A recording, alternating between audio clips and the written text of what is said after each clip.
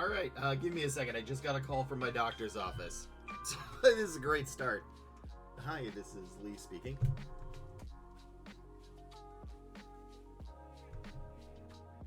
Yeah.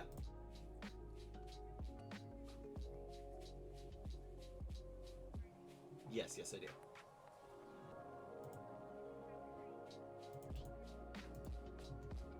All right, thank you. I appreciate it. Thank you. You too. Bye. All right. That was an awkward start to the stream, but whatever. Let's start this. We do our normal. There's my little bear emote.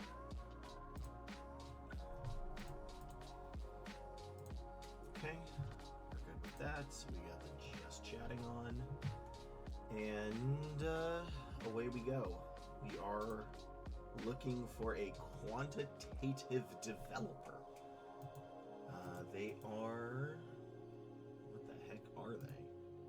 Let's see this. They are current software dev, wanted to switch to finance quant. All right, and they are in London, I think. England, London. Okay, I don't know enough about England. I assume they're one's within the other. That would make sense. So, what the heck do they do? All right, so degree, Python, pandas, polars, numpy. I hate IT terms. They're so weird. You've got polars and pandas and numpy and duckdb. All right, trading, financial markets, trading, financial, analytical, meticulous attention to detail, work hard, multiple tasks. All right, let's look at this stuff.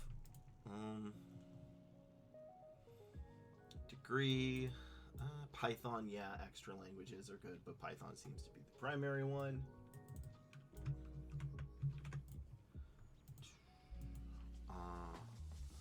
Multi-processing, multi-threading.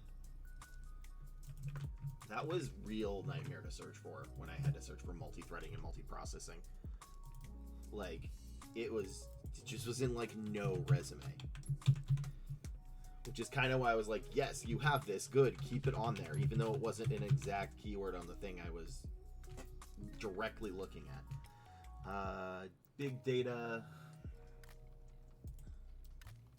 See, this was posted 19 hours ago and 100 people applied. All right. Looks like these are split between this and C++. Bash. Okay. No one gives me an easy one in the beginning. I want to start off with like a software dev. I would like that, but the order has already been determined. So, Elwood, these are filling up real fast, except for this one. That's weird why that's not filling up fast. C++, financial. Okay, I was right. Maybe trading and risks.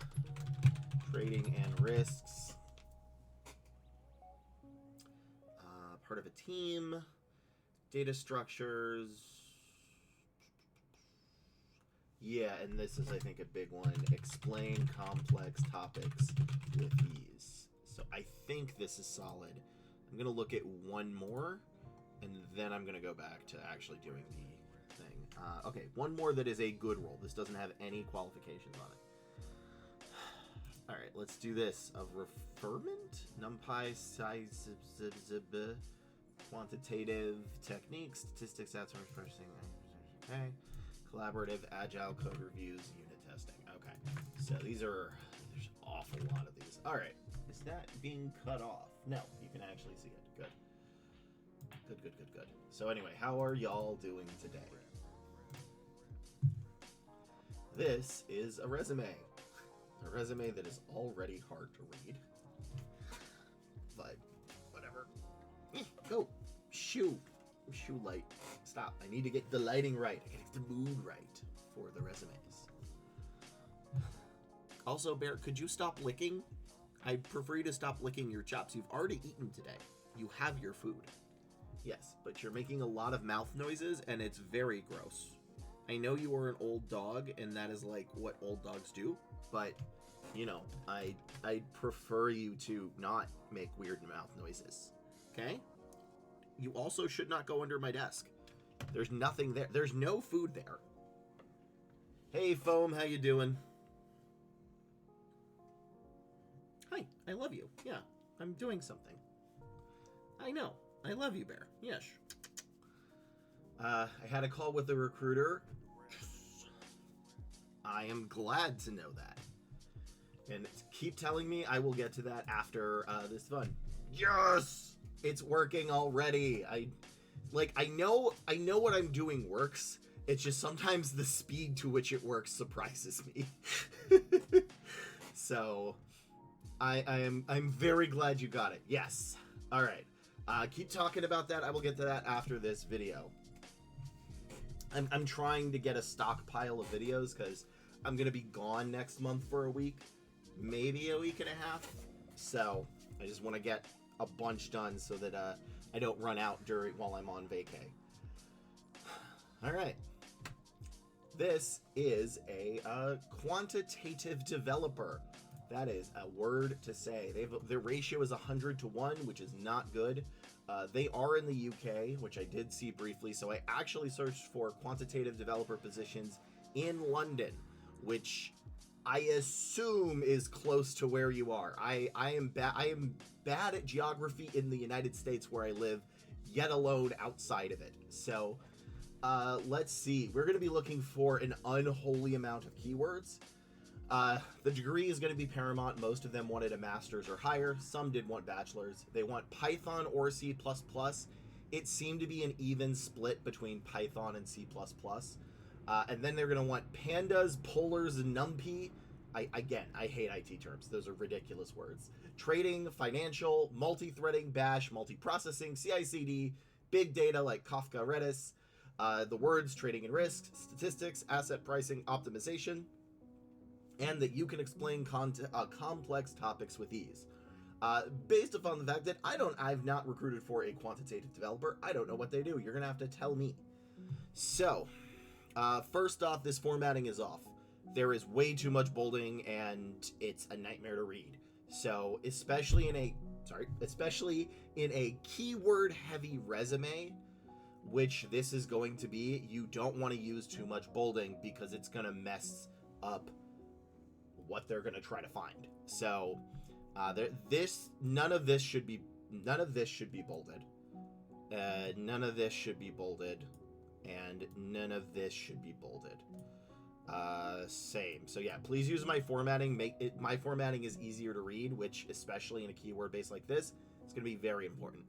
All right, you've got a master's in engineering and electrical and electronic engineering. I'm not going to tell you how important this is because that may be a UK thing, and I don't know. I also don't know what sixth form is, or secondary school. I'm going to hazard a guess that you do not need secondary school if you have these two. That, again, this may be a thing where outside the US, that is the norm. At least in the US, it wouldn't be this. I'm not sure what sixth form is either. So truthfully, you may only want to just put your master's, but that may be a locational thing that I'm not aware of. So, optimize SQL. Why did you bold SQL? Shockingly, SQL was not a big keyword that I found. I was looking, and I don't think I've seen a SQL. For analyzing sales and orders, proving actionable insights. Okay, migrated API structure from SOAP to REST. Again, these are not keywords. C# can be, but primarily C++. Implemented unit test was Python. So here's why I have a problem with this. I have to go all the way down here till I find my first real keyword. This is, I can count, but not all of them have. But these are good. These are keywords. Azure DevOps, that's close enough. Python and multi-processing. I didn't put that on there, but that was a part of it. So that's actually very good. So this is why you don't want too much bolding, is they may never get to this right here, and this is also important. I don't think I could move forward with this based on that. And I think that's probably your problem, is people are reading here and they're stopping here when there's no keywords there. And I am missing a lot of this. So I do know it's going to be split between Python and C++. But I'm not seeing any Bash or Kafka or CI/CD. I'm not also seeing anything that involves trading, risk, statistics, asset pricing, or optimization. And if it is in here, I can't find it because you bolded too many darn things. The other thing I would be looking for is explaining complex topics to like stakeholders or customers, basically anybody who doesn't know what you do, because I don't know what a quantitative developer is. You literally have to tell me what that is right now. That should be your opening bullet point under this, even if you're looking for that. So your formatting is very much hurting you, and your bullet points are not bad, but they can be improved. So fix the formatting, which again, that's all on my website. You can find that for free. It's easy to do. Copy paste, that's fine. And then what I want to add in your resume is a summary sentence here. And I want to see anything involving trading risk, optimization, asset pricings, and I want to see that how you explain complex topics. Now, if this was easier to read, I'm pretty sure recruiters would go farther. But even if they do, I don't see anything I'm actually looking for except for one C# and one C++. I don't see how you explain complex topics. I don't see any trading or risks or CI/CD or Kafka or Redis or Bash or multi-threading or multi-processing. You did have a good one. I can't even find it here. Multi-processing. You did have that. Yeah. So that one is good. But here's okay. For everybody listening, this is why bolding is bad. This is a keyword, and recruiters will not see it because you bolded the words beside it. So you're essentially missing not a ton of keywords. You're not missing a ton of keywords, but you're missing a few. But your formatting is really hurting you. So that is what I would change. If you want to resubmit, you can. Also, I did look. There's only 100 quantitative developer jobs in the UK. So, or at least in the area I searched, which may not be where you are. So you're going to really need to make sure this stands up above all others by making it easy to read, boring, and with the keywords, and apply very quick and very fast, because the quicker you apply to a job, the better your chances. So let's move on to the next resume. All right, back. Oh my gosh, chat has exploded.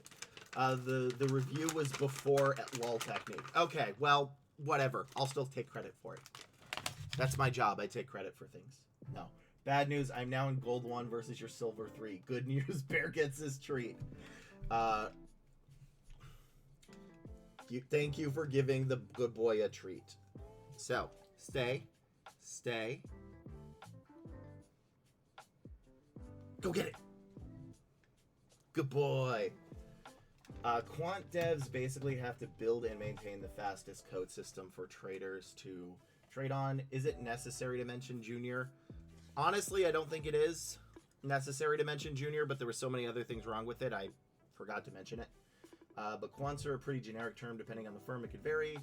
Wouldn't most quants want machine learning by now? I was looking over here, and I didn't actually see AI or SQL. I'm sure it's here somewhere in machine learning out of the 95, but I was specifically looking in the London area of the United Kingdom. So, yeah. ML is mostly data science specific, but the traders are shifting. The devs are the ones that just have to know C++ in and out. Okay. Yeah, I was actually expecting AI to be here too, but I was specifically looking for London area. I do wonder if the keywords were changed if it's here, which, yeah, actually, yeah, the first one even won SQL.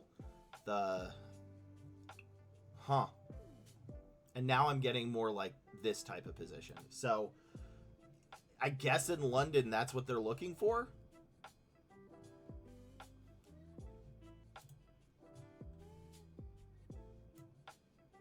Python quantitative. Okay, this is a bad job description. So yeah, that's kind of interesting that quantitative developers in London may want different stuff than quantitative developers in the US. Or maybe I picked the wrong one. So they usually just call the job software engineer anyway. They usually do, yeah. That's why I'm not a fan of software engineer as a title for that reason. but colloquially that's what it's known as. So that you should still have software engineer on your resume as that. I wish there was a better lexicon, because like a software engineer at one company way different than a software engineer in another. But that's more of an issue for companies rather than the individual candidate. So why did you say oof, Weehot? Was it because I took credit for something that wasn't mine? But anyway, I'm still glad you got an interview, Foam. I'm very happy. Speaking of dumb titles, isn't there some weird thing that outside the US engineer is a protected term of sorts so that you need to use developer? I don't know. Yeah, I actually don't know that one. That would be news to me. British Columbia. That's in the US, right? No, that's in Vancouver. Okay. Yeah, I don't know that. That'd be interesting. I think I saw it at Reddit. Like, the mods at Reddit got mad at me for saying that software engineers were a part of IT. No, I'm just dodging work and venting Weehot. Makes sense. That makes sense. So, but yeah, the head mod of engineering resumes has some sort of beef with me, and I have no idea why. Every other mod in there is super cool, but the head mod does not like me for some reason, and I'm not sure exactly what I did.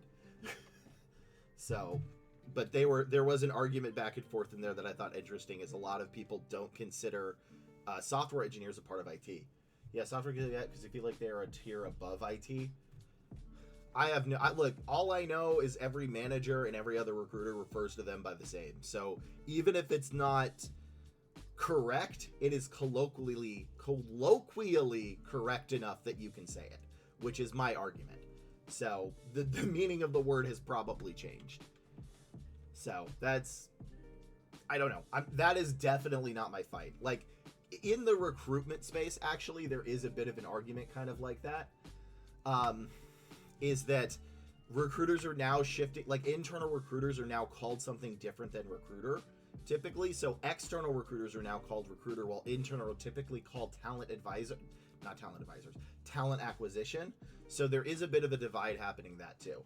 How do job referrals work? For example, a referral system. How does this influence the ATS, whether or not a resume is seen? So Firebrand. That is going to depend on the company, and there is a little thing, at least in the ones that I did, that says an internal employee.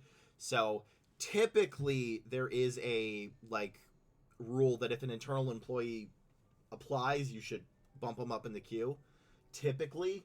But it also depends on where that referral is, and referrals are going to depend on how close they are to the manager. If the manager refers that candidate to the role, that recruiter is going to instantly do it. If someone from the manager's team, that's also very good, but it may bump you up in the queue, maybe, and maybe gets that person a finder's fee reward, which some companies have. Not gonna lie, but mine is already at a micro center. Gonna go buy a keyboard for office use. I think I need another keyboard. Mine stopped and my space bar wasn't working on the other one. Mods are proof that even a teeny bit of power corrupts. Yeah, no, I am always shocked by how small amount of power can corrupt. And it's people are oh, mighty, no, literally anything. Oh yeah, you're here to tell us the order of the parking numbers, and then they will just go on a huge power trip. It is scary. But admittedly, I will say the rest of the mods are nice. It's just specifically the head mod. So, does the referral bumping the queue happen with the ATS? So, it kind of just makes a little check mark next to the person's name, but that's really going to depend on the ATS, because it was different in Workday, Taleo, and ADP, which are all ones I've used. So, the classic Jake's resume format. I actually think Jake's resume format is solid. I think mine is better. Also, hey, Shell, I forgot to say that. Hi, back. I really do think Jake's resume format is solid. I think mine is better, but I think this is still good. So, because it's pretty quick, I think it's probably too much bolding. Everyone in ComSci refers to this resume format. I think it's a good starter. Again, I think mine is better, but this is not bad. There's degrees of better, and mine is better, but not thousands better than this. This is a solid format. And especially because y'all can see all the crazy ones that happen. Like yesterday there was the data scientist that had like everything. So, but yeah, I like this format. I think it's fine. Like it's a B- format, you know? That's what I think it is. They are a 4th year uni student. They spelled that right. I didn't.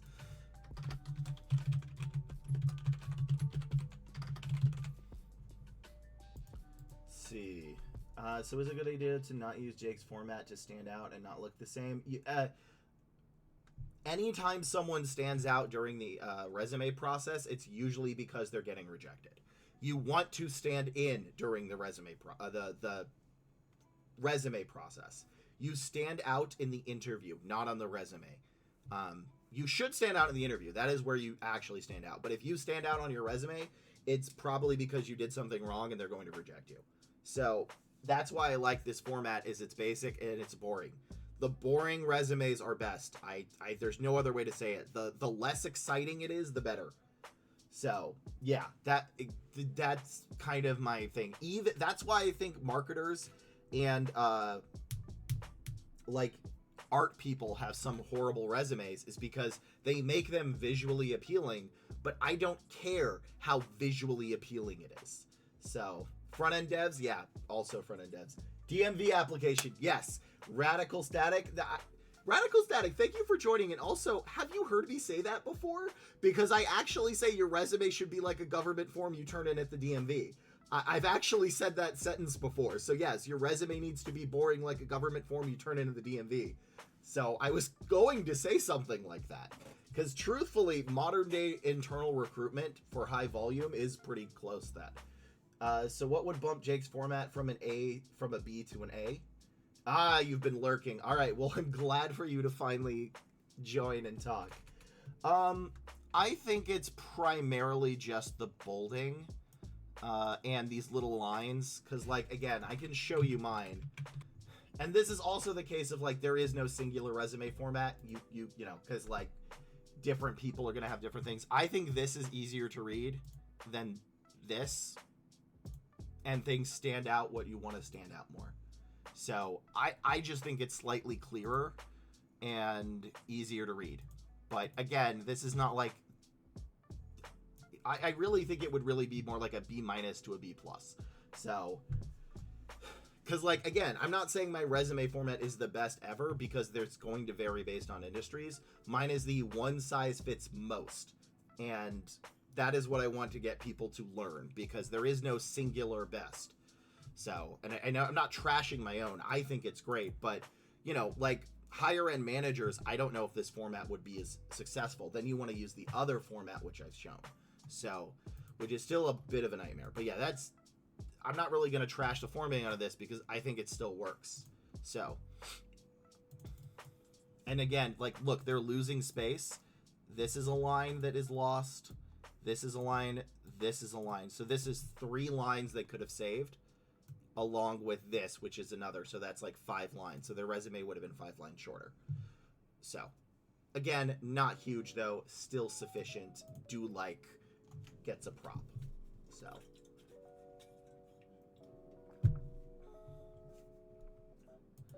All right, let me do this review.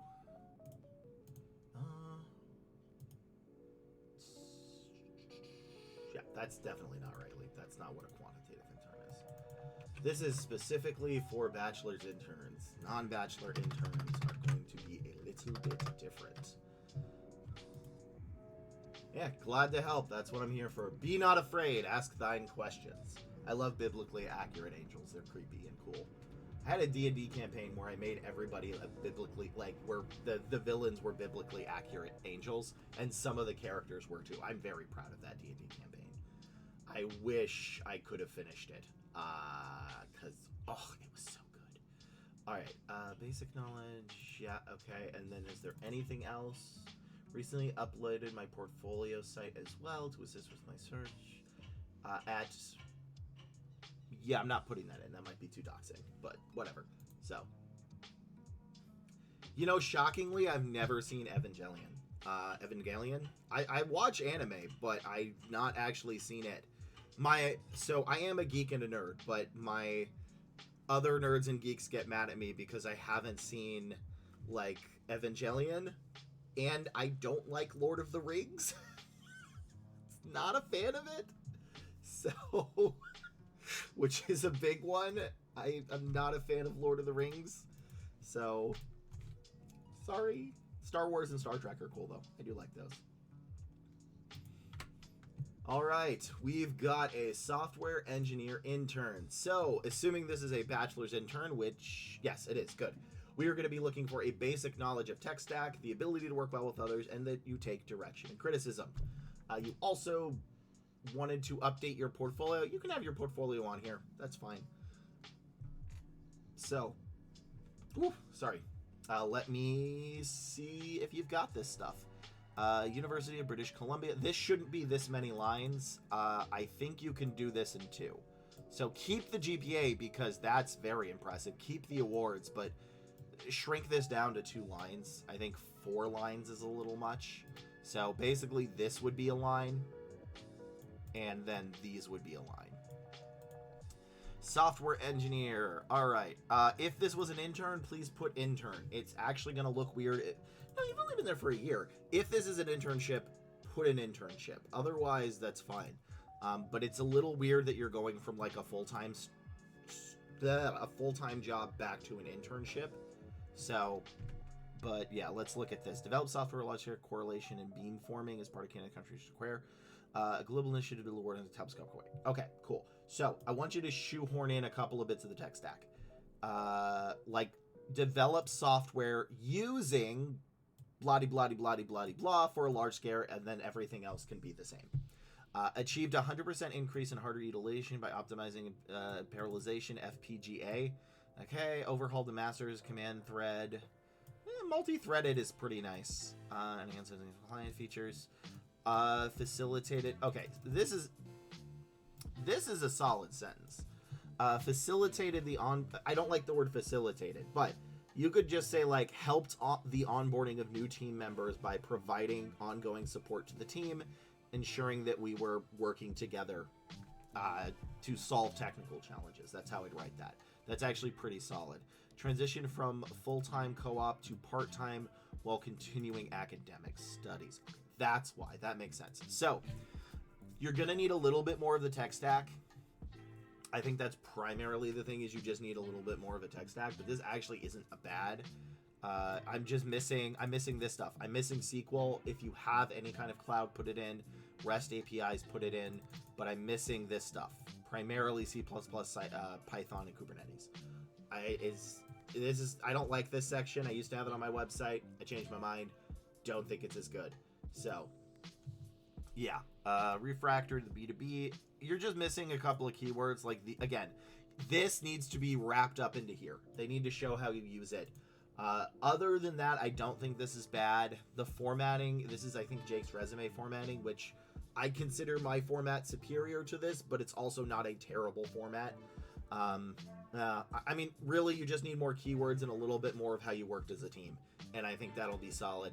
So that's good. Also, it says last updated in November 2024, so you may want to remove that. But overall, this would probably pass. Maybe.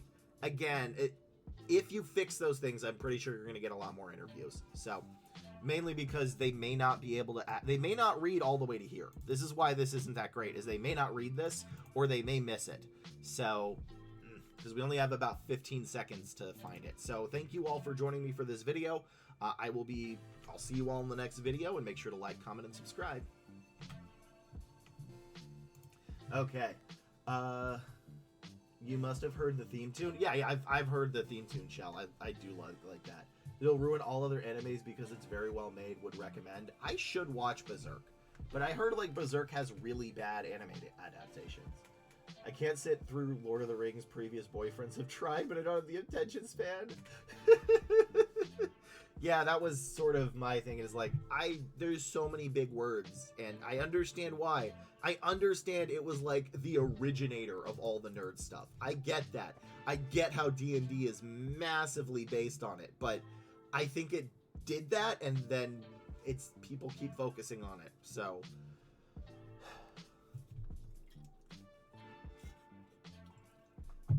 most consistency, thank you. I will say it took me a while to get to the consistency. This is also why you're probably not gonna see me have any which one is this? What 60 what? 62 4. Okay, 62 4. Let me do that. 62 4. I need to not I do this before I forget.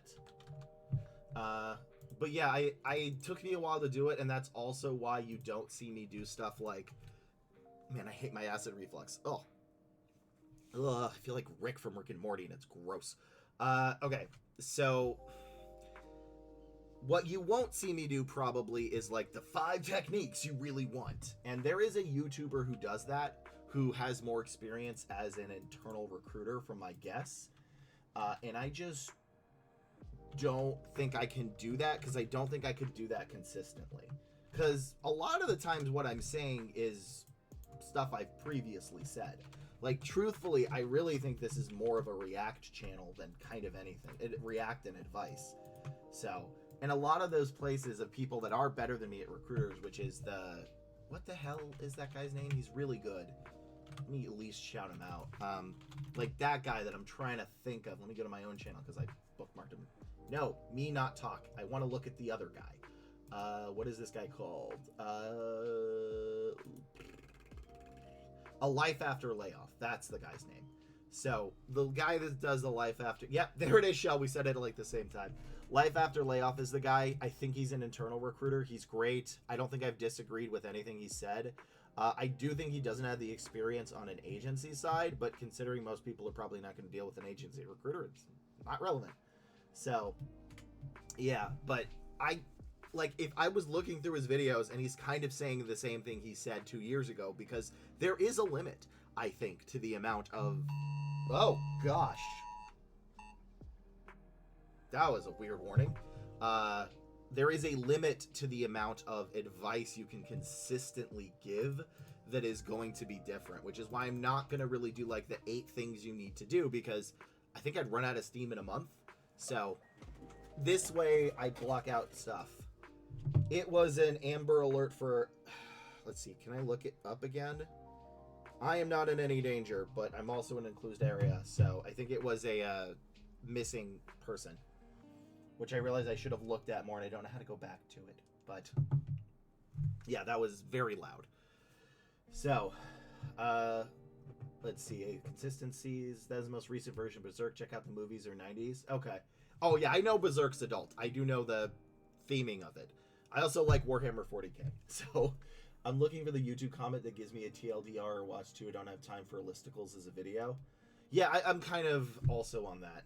So it's just, I don't think I could really conceivably put out that kind of content regularly. That's why I really do think this is closer to a React, because I'm just reacting to the resume and giving my advice on it. So, that is my view of it. This is a technical program manager or aerospace engineering. Oh my gosh, these are... I say pick one title. Give me one title. Everyone gives me like 8 titles, and I'm like, I need one, please, just one. That's all I'm asking for. Okay.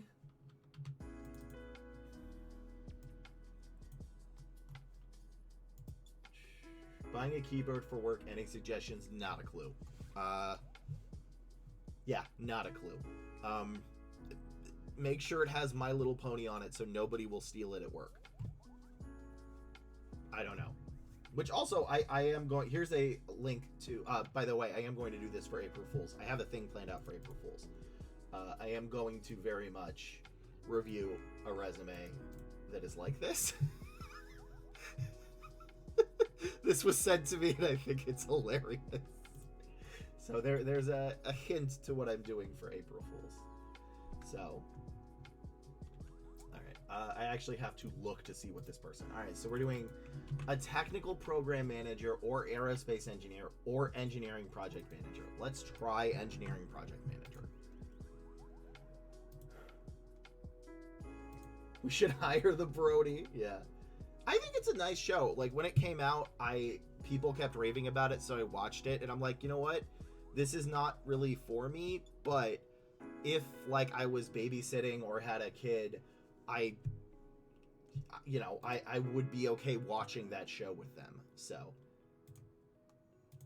but the fans can be scary. So, yeah, imagine getting a 3-quarter stolen at work is ugh. It's good, but the bronies put me off. Who's your favorite pony? I don't know. Who's the Pinkie Pie, I think? What's the name? Yeah, Pinkie Pie. The crazy, chaotic one. So should we build the resume in 2 steps? The first to get packed the recruiter with a ton of keywords, then try to make it attractive to the hiring manager by making the bullet points technical. We should primarily get past the recruiter with as much keywords as possible. Explain the technical details during the thing. A little bit of both. We're going to get cut off with an ad, but I will explain it in a bit. Pinkie Pie is my spirit animal.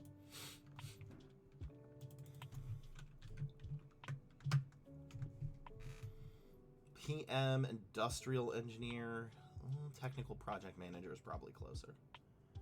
Is that the first keywords?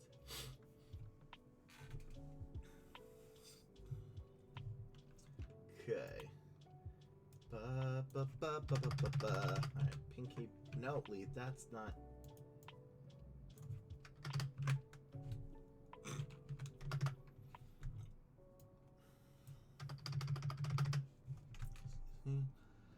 Okay, so this is going to be project management, must-haves, so cloud. I'm going to say PMP is a bonus. Agile. And then customers/stakeholders.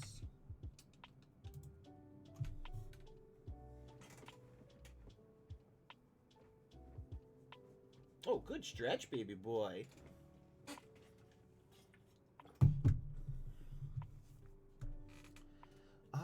Python, languages, infrastructure, cloud-based, and then this is going to essentially delivery of, I think delivery of projects is probably delivery of projects, how, resources, impact. That one actually makes more sense of how to say that. Cool.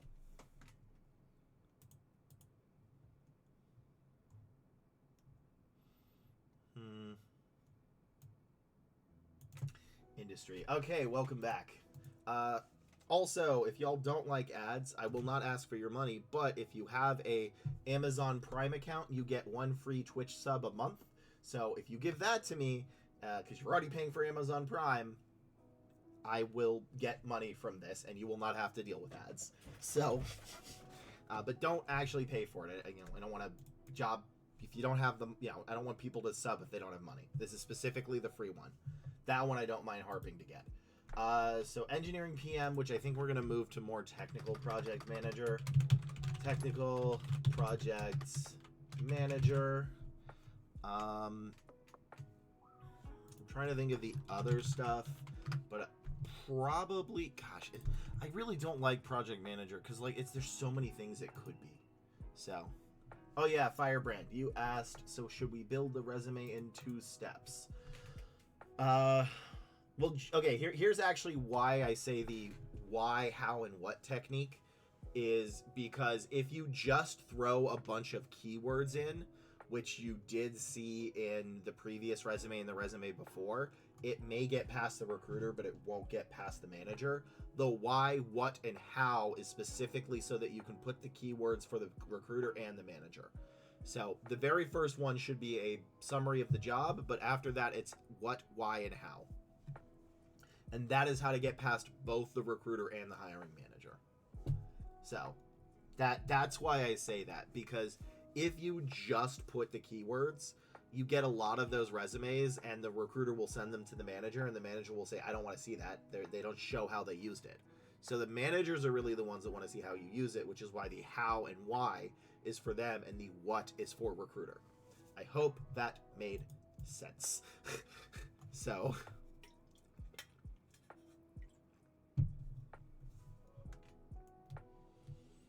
cross-functional. I forgot to add cross-functional.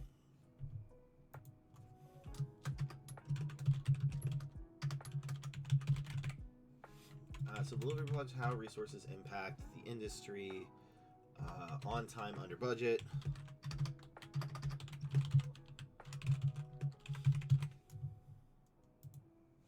Okay, cool. Yeah, good. So, yeah, that's kind of the thing, because when I started recruiting, honestly, no, I'm gonna say my second job. I wasn't very good in my first job as a recruiter. It lasted like 6 months, so I really actually found my competency in the job during my second job. So and even then, it was like after 4 or 5 months. It took me a bit to get good. So, and originally what I would do is I would send candidates that had those keywords, those big old blobs, and I'd be like, oh, they have it, and then they would almost always get rejected.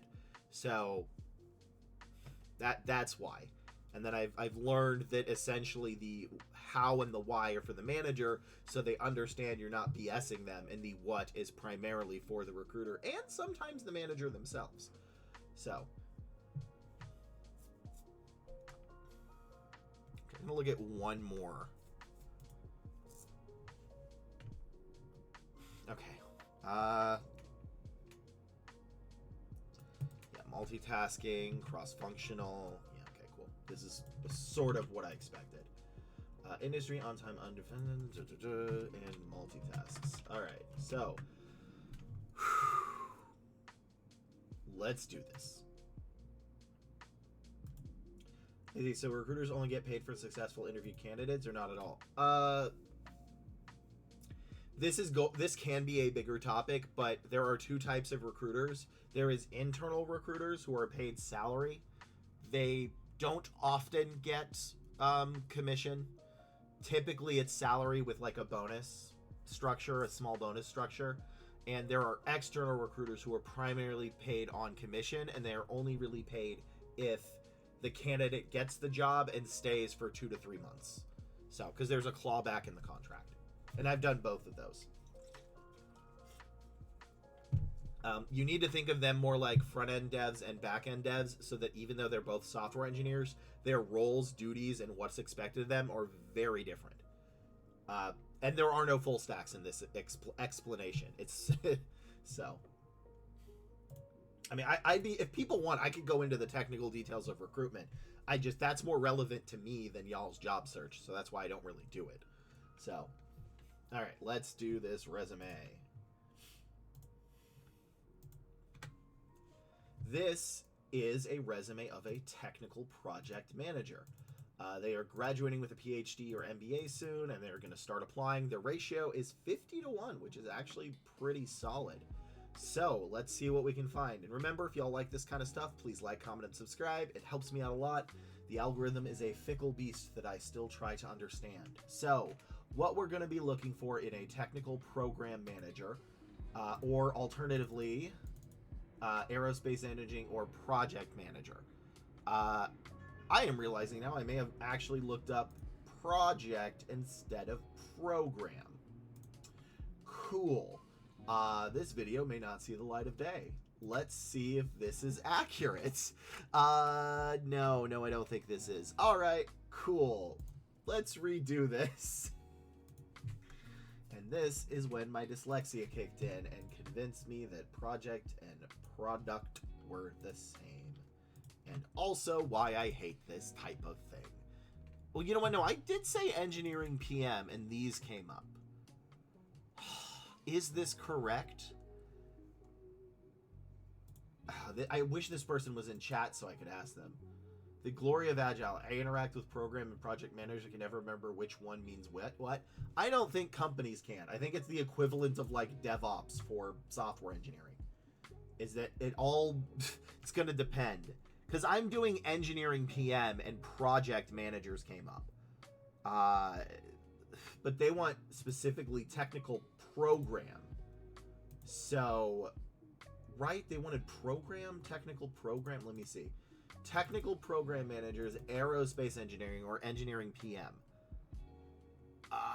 And only thing that comes up with this is project. So I think they mean project. I'm gonna do it based on project. And hope that's right. That's the only thing I can say. Too many titles, not enough jobs. Yeah, no, accurate. I will stand firmly that people say a lot X needs to change in the job search. I think if the job search and companies had a specific lexicon they all had to follow, it would be so much easier for both the companies and the managers. Like 1,000%. A common lexicon would solve like 40% of recruitment problems. Admittedly, it keeps me in a job, but still think it needs to. So, all right, let me try this again and hope this is the right one. Can't use Prime Sub on mobile? Really? You can't? That's dumb. That is dumb. I'm a UX UI design, front-end developer engineer. Yeah. Also a software engineer still. Developer, front-end, software, UI, UX, developer. There's like 100 names for it. Because like even recruiters, there's now recruiter, talent acquisition specialist, talent acquisition, talent manager, talent advisor, TA. So, yeah, but not full stack. I know. Well, one day maybe you'll get there. So, I don't know if you want to. All right, let's try this one. All right, so I need to record this again because I misclicked the button. I am tired. I'm tired, Grandpa. That's what my girlfriend always says. Not girlfriend, fiance. She showed me that meme in the first place. So every time anybody says I'm tired, she goes, I'm tired, Grandpa. Have to keep remembering fiance. I'm happy, but that is going to be a change. I got to remember that. And then it's going to be wife. Okay. Lexicons. All right. I'm the Headless Headhunter, and I am reviewing a engineering project manager, I think.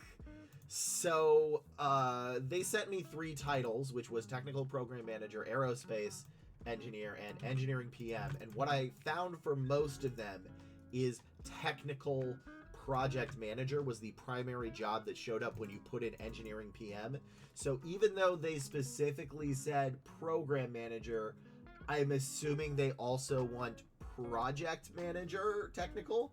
If this is not, and this review is not for the right job title, you can come on the channel and let me know, and I'll bump you up in the queue that this was incorrect, and I'll re-review it there. So I hope this is the right one if the keywords are going to be the same. But anyway, if you like this kind of stuff, the resume reviews, please like, comment, and subscribe. It really, really does help me out. So what we're going to be looking for in Engineering PM, hopefully, is Cloud, PMP, Agile, Cross-Functional, Customer, Stakeholders, Multitasking, and then we get to actual qualifications. So I want to know how you delivered projects. I want to know the resources used and the impact of those projects, along with the industry of those projects, how many projects and the budget for those projects, and if you did them on time. So that basically covers the multitasking. So that is what I'm going to be looking for. Their ratio is also not bad, truthfully. It's 50-1, so that's not terrible. So let's see if they have this, and hopefully this is actually I looked at the right keywords for the right job, which fingers crossed. So, engineering leader with 7 years of experience overseeing development of autonomous systems, UAV, and prominent organizations. Again, summaries are not typically needed. I don't think this is needed. And you have... This should be condensed. I know you've done a lot, but it still needs to be condensed, because I don't know if you really need to put your bachelor's of electrical engineering if you have a master's of electrical engineering. And the same, so this needs to be shrunken down. You really need to like change it to shrink it down a bit. Also, keep the GPA at least for the more current ones. So yeah, this is too long, but I'm actually kind of struggling how you shorten it, but you do need to shorten it. There's too much here. So, R&D engineer co-created a abscessed FT laboratory to develop and test new autonomy and GNC algorithms for use fixed wings UAVs, aircraft owners, 60K, and government stakeholders. Okay, this should be a bullet point. Advised division directorate on the laboratory concept and potential strategic benefit, pitching the idea and securing multi-year funding. That's actually solid. I do like that, but again, I'm not seeing your projects or programs. Director for solving a 2-year... This is good. Okay, so here's what you're missing. When I want you to write this, I still want you to kind of use the what, why, and how. When I want to see the programs or projects and how you deliver them, I want to know, like, this is correct, right? The, oh gosh, I can't even find it now. There's so much here. Here. So... this I like. Progress from sole contributor to building a team of 6, where we earned this for solving a problem. But I want to know how much was your budget, right? Like, this is a solid sentence, but I want to know how much was your budget. How did this? No, that's actually, I just really want to know a little bit more, right? This is a solid sentence, and truthfully, should probably be towards the top. I just want to know more. I want to know, you know, how long it took. Were you under budget? I do like that you said, and this is actually really good, I do like that you said earn director level recognition. This is a phenomenal brag, and I love it. This should just be higher. Engage government stakeholders. That's good, and work closely with senior leadership to improve client relationship and deliver study finding with positive feedback from the clients. Winning 1.5 in new business. That's phenomenal. Research design by plan effective with AB. Okay, so here's the thing. These alone will probably get you interviews.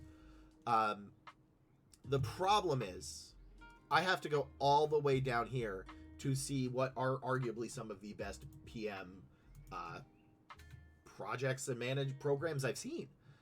And these should be up top. These are phenomenal sentences, and I don't have a huge amount of critique on them. Those 2 sentences alone are probably going to get you stuff. I do want to see a little bit more on how you multitask stuff, so, and how you used a little bit of the human resources you had. But I think you'd really just need to fix up the formatting and switch around some of these keywords, because this is okay because it also shows that you're in the industry, but that's kind of my main complaint. And I think a lot of people are actually going to stop reading here, and they're not going to find what they want, and then they're going to miss this, which is great. These should be higher. I want you to write the rest of them like this. This is how I like the bullet points. These are great. Move it higher. Research design impacts of platform side bidding and military analysis. So yeah, graduate researcher, led a team of 5 to current needs of the group. Mobility concept using 1.5 points from new physics resulting in more work. Yeah, this is good too.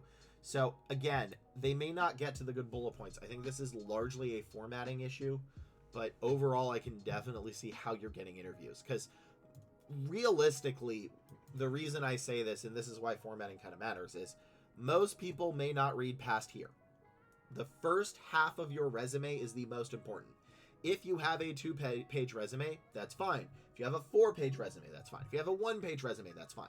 But the important information, which is right here, needs to be here.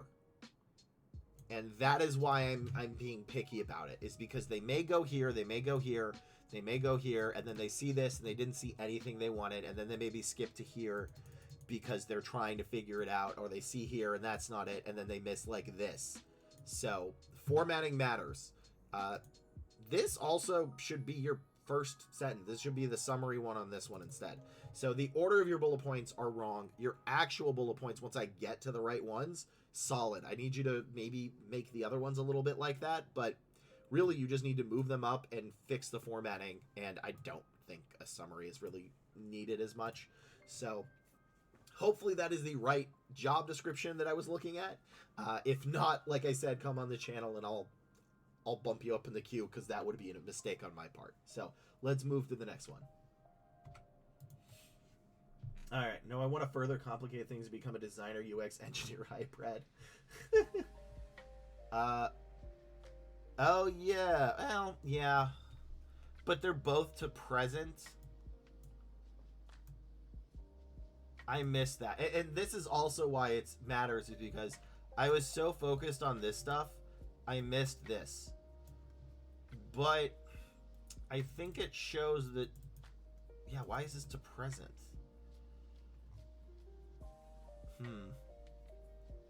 Yeah, that's why I think it's more of a formatting issue, is that it is very wordy, but once you get to the right words, you know what? Ironically, you said it better than I did in the video.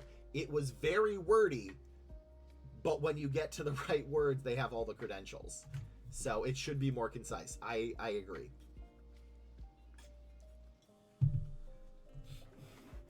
Because remember, a recruiter is not reading this fresh off their shift. They're reading this after seeing like 35 other positions. And then if you get into like a resume reading haze. So what is the next one? 60, that is 63-1. But yeah, you've said it better than I did, Lou. All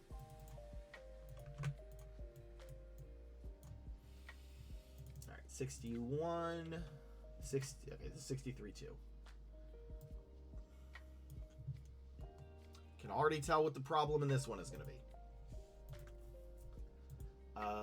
They are a robotics engineer. Okay. Currently on an F1 visa in my OPT period and graduate master's degree in December. I have not yet received any interview opportunities yet. That does not shock me. I do want to know what they look for in other countries, because I do wonder how much of this, like I said, is cross-transferable. Because I do know that, like, specifically, like, I can tell when somebody was, like, working at a C2C company, and I wondered if that works in the home country, too. I like giving recruiters deja vu by submitting my resume twice under different names. Lol. Yeah, this summary. I mean, this is already going to be an issue, and I think everybody can tell why. But I still need to look up robotics. Although, considering this person has not gotten a single job, that matters. They're also looking for deep learning, robotics engineer, machine learning engineer, computer vision. Okay, when is the next? I'm gonna need to refill my water. I got nothing left in it.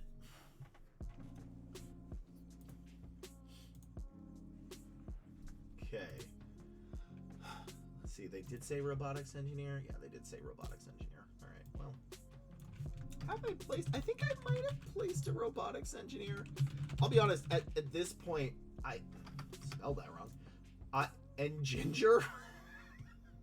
I am an enginger.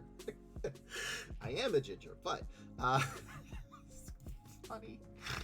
Okay. I feel like I placed this once before or twice before. Starting off the resume calling yourself highly skilled seems a bit much. Yeah. Like, you need to back stuff up. That's why, like, if I said to you, right, the very first thing you know is, I am a highly skilled recruiter, you'd be like, sus. Super sus.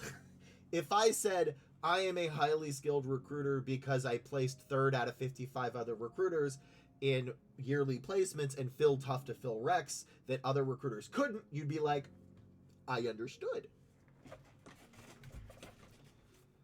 But that's also why I don't like adjectives I think it's adjectives, whatever they're called. This is not a good job description. All right. Shoot. Robotics field engineer, did they also say? Robotics engineer or... Because there's also field engineer. I don't actually know, because this is going to be an issue with this.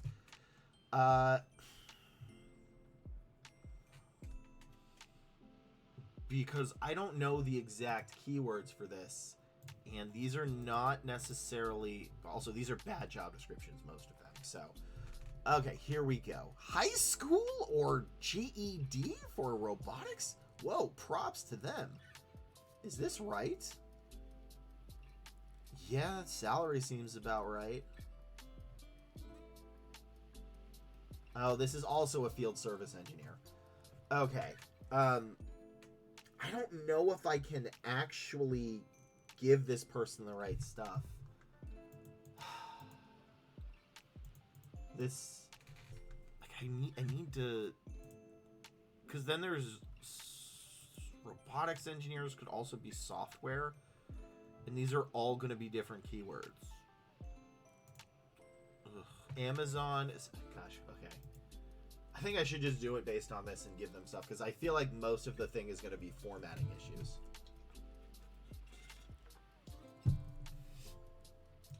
Which it's the best I can do. So, whoa, what did I update in my layout? Whatever. Okay.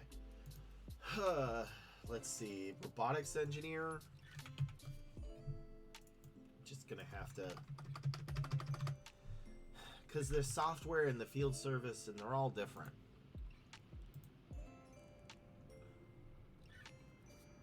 There's a robotics engineer, also field service, machine learning, deep learning, and computer vision. Okay. Yeah, this is the best I can do for this one.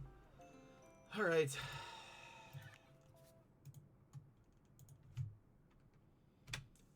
This is a resume of I don't actually know. So they said they were looking for robotics engineer positions.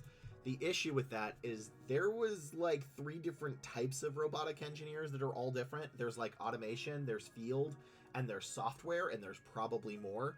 And I couldn't really find the keywords and qualifications that are correct for those because I just don't, I didn't want to give you the wrong one. Also, this person said they are on a F1 visa in their OPT period, and they were graduated recently. They have not gotten a single interview after over 150 applications. And just by looking at this, I think I can see why. So this will be entirely based on formatting your resume, which I can see is already a problem. So, normally I don't like summaries. You are in a unique position that you are on an OPT and F1 visa. And the truth of the matter is, a majority of recruiters are not going to know what the hell that is. So what you're going to have to do is, instead of all this, which is not going to help you, because also don't say highly skilled, robotics engineer with 3+ years, autonomous systems from XY University. You don't need to say that. It sounds weird. It's like if I came up to you and the first thing I said to you was, hey, I'm Lee, I'm a highly skilled recruiter. You'd be like, sus. If I said, I'm a highly skilled recruiter because I placed 3rd out of 55 other recruiters in a yearly amount of placements, and typically when other recruiters cannot fill their requisitions, they come to me, you'd be like, understood. But this can all be deleted. I don't even need to read it. This does not help you. You've used too much bolding as well. The last resume I reviewed also, somebody in my chat said it better than me in between the videos, which was essentially the last resume was they had the skills and qualifications, but it was too wordy, so they just need to make it more concise, which for the last one that works. This one, you need to cut it down. So first off, stop bolding this all. Use my formatting below. Secondly, instead of all this junk, which is not going to matter, I'm going to need you to explain to me in about 15 words or less what an OPT is and how I can place you. Because if they see visa, they're going to be like, well, I can't place you. But if you say, as I am on an OPT visa, I can work for any employer for X and Y reasons, right? That will allow them to go, oh, okay. And I think I've placed 1 or 2 people on OPT. I'm definitely not a master of like visas and immigration stuff, but I believe OPT is one that most people can place. But again, it's been a bit. So that's what you're going to do with this sentence right here. Then what you're going to do here is shrink this down to 2 sentences, not sentences, 2 lines max. 2 lines max. Also, yeah, 2 lines max. This, too much. Too much. Get rid of it. And here's why. As you can see from the last video, I would not even get to the right keywords. This right here is the most important part of your resume. For almost every single resume, your actual work experience is the main course. Everything else is filling inside. This is your breadsticks at Olive Garden. This is your actual meal. So this whole thing should be like, all of this right here should be shrunken down into like here max. And then you get into the bullet points. The technical skills, you've listed too many to the point where they're useless. So I don't even think you should have this. And then you need to show them in here. This needs to be here. So now I can get to your actual bullet points. Now again, I don't know the keywords and qualifications for this because resumes are based on job titles and this wasn't specific enough. So yeah, also you bolded everything. I'm pretty sure this is built a multi-chat bot using enabling structure vision. Okay, so yeah, your issue is formatting and bolding. I don't know what the exact keywords are for this, but I don't think it's this stuff. My gut is telling me no. If you come on the chat, I can maybe like work with you to find out what they actually are, but just fixing the formatting alone will help you. Like, this should be the summary, no longer than this, 2 lines. Education, no longer than 2 lines total.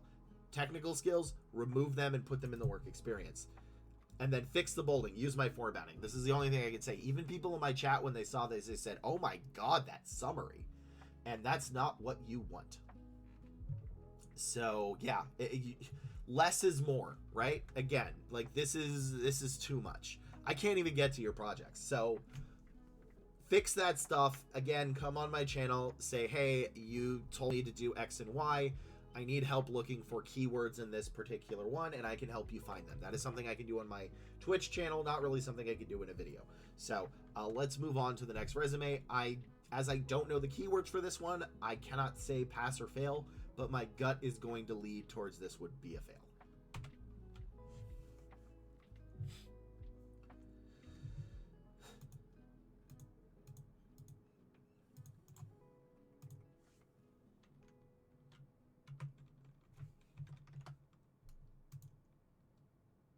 This was 62.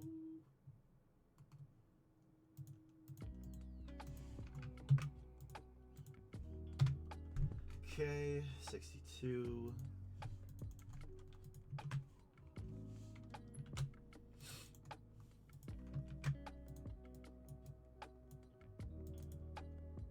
Okay, this one is an gross full contact information.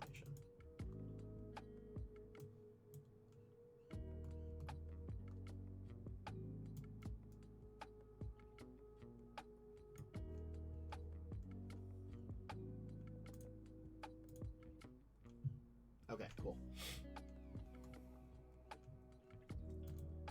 Sorry about that, y'all. I did not realize an ad was coming. Otherwise, I would have done the thing after it. But yeah, starting off calling yourself highly skilled is sus. That's also why I don't like it when people say, like, good. You need to back it up. Like, if someone... That's why all those things are useless when it shows you, like, 3 dots out of 5 in Excel. Cool, that means nothing. So... what is this person? Okay. Marketing and social media manager. Oof.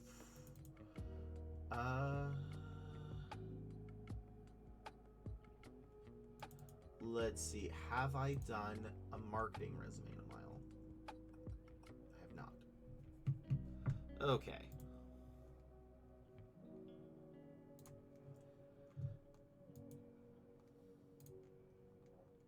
This person also did their full info, so I can't scroll down on that resume.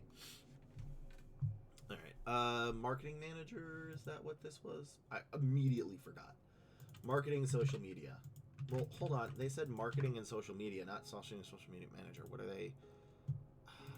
See, that's not broad. That's too broad. Ugh. Well, I guess marketing and social media isn't that broad, but it's very specific. Like that I want to break that into people. Burn that into people's brains. That getting a job and the job title is usually very specific, except when it's not, because all right, social media associate. See, like, is this the same as what they're looking for? Damn, 100K. Nice. What is our place? Home cooked meal? Okay, so they're like a cooking thing? That's kind of neat. What am I looking for? So, photography, video creation, and editing. I feel like not every episode I make has a theme, but I feel like the theme is formatting. I have a gut feeling the theme is formatting for this episode that I'm currently recording right now, 63. Experience with both creators and creative talent.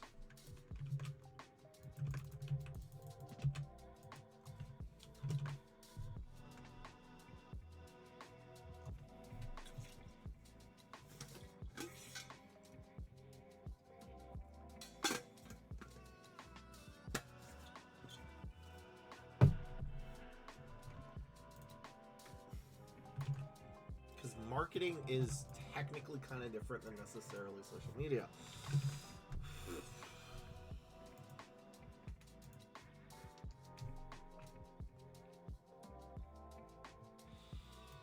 Because like a communications manager, well, it's going to be different. Digital marketing manager is going to be different.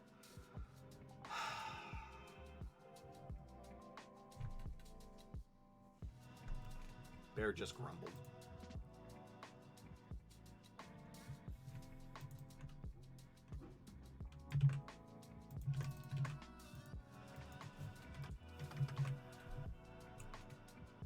Okay, and then because like, are they looking for Dine Brands Global? I didn't know Applebee's was a part of Conglomerate. I should have actually. Adobe, Canva, Final Cut Pro, and SEOs. And then I think this is the last line I can do, because like, social media, marketing in social media is going to be different, and an email marketer is going to be different. So,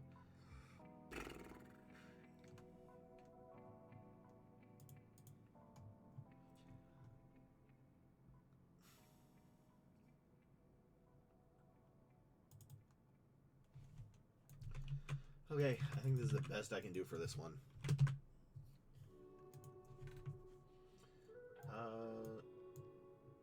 Let's shrink that. All right, that's the closest I can do. Let's give this one a shot. Okay, I came across your comments on resume. I am desperately wanting you to review my resume and help in building a good one. Meaningful ones that keep getting rejected, but my experience is pretty nice, and I work with companies like Ferrero and Henkai. I don't know what those are. Oh, probably because they're not U.S. companies. So that would explain it. I don't know non-U.S. stuff. I'm just a humble recruiter from the South. I don't know of y'all's quantitative developments and y'all's SEOs, as you say. I'm just a simple country recruiter.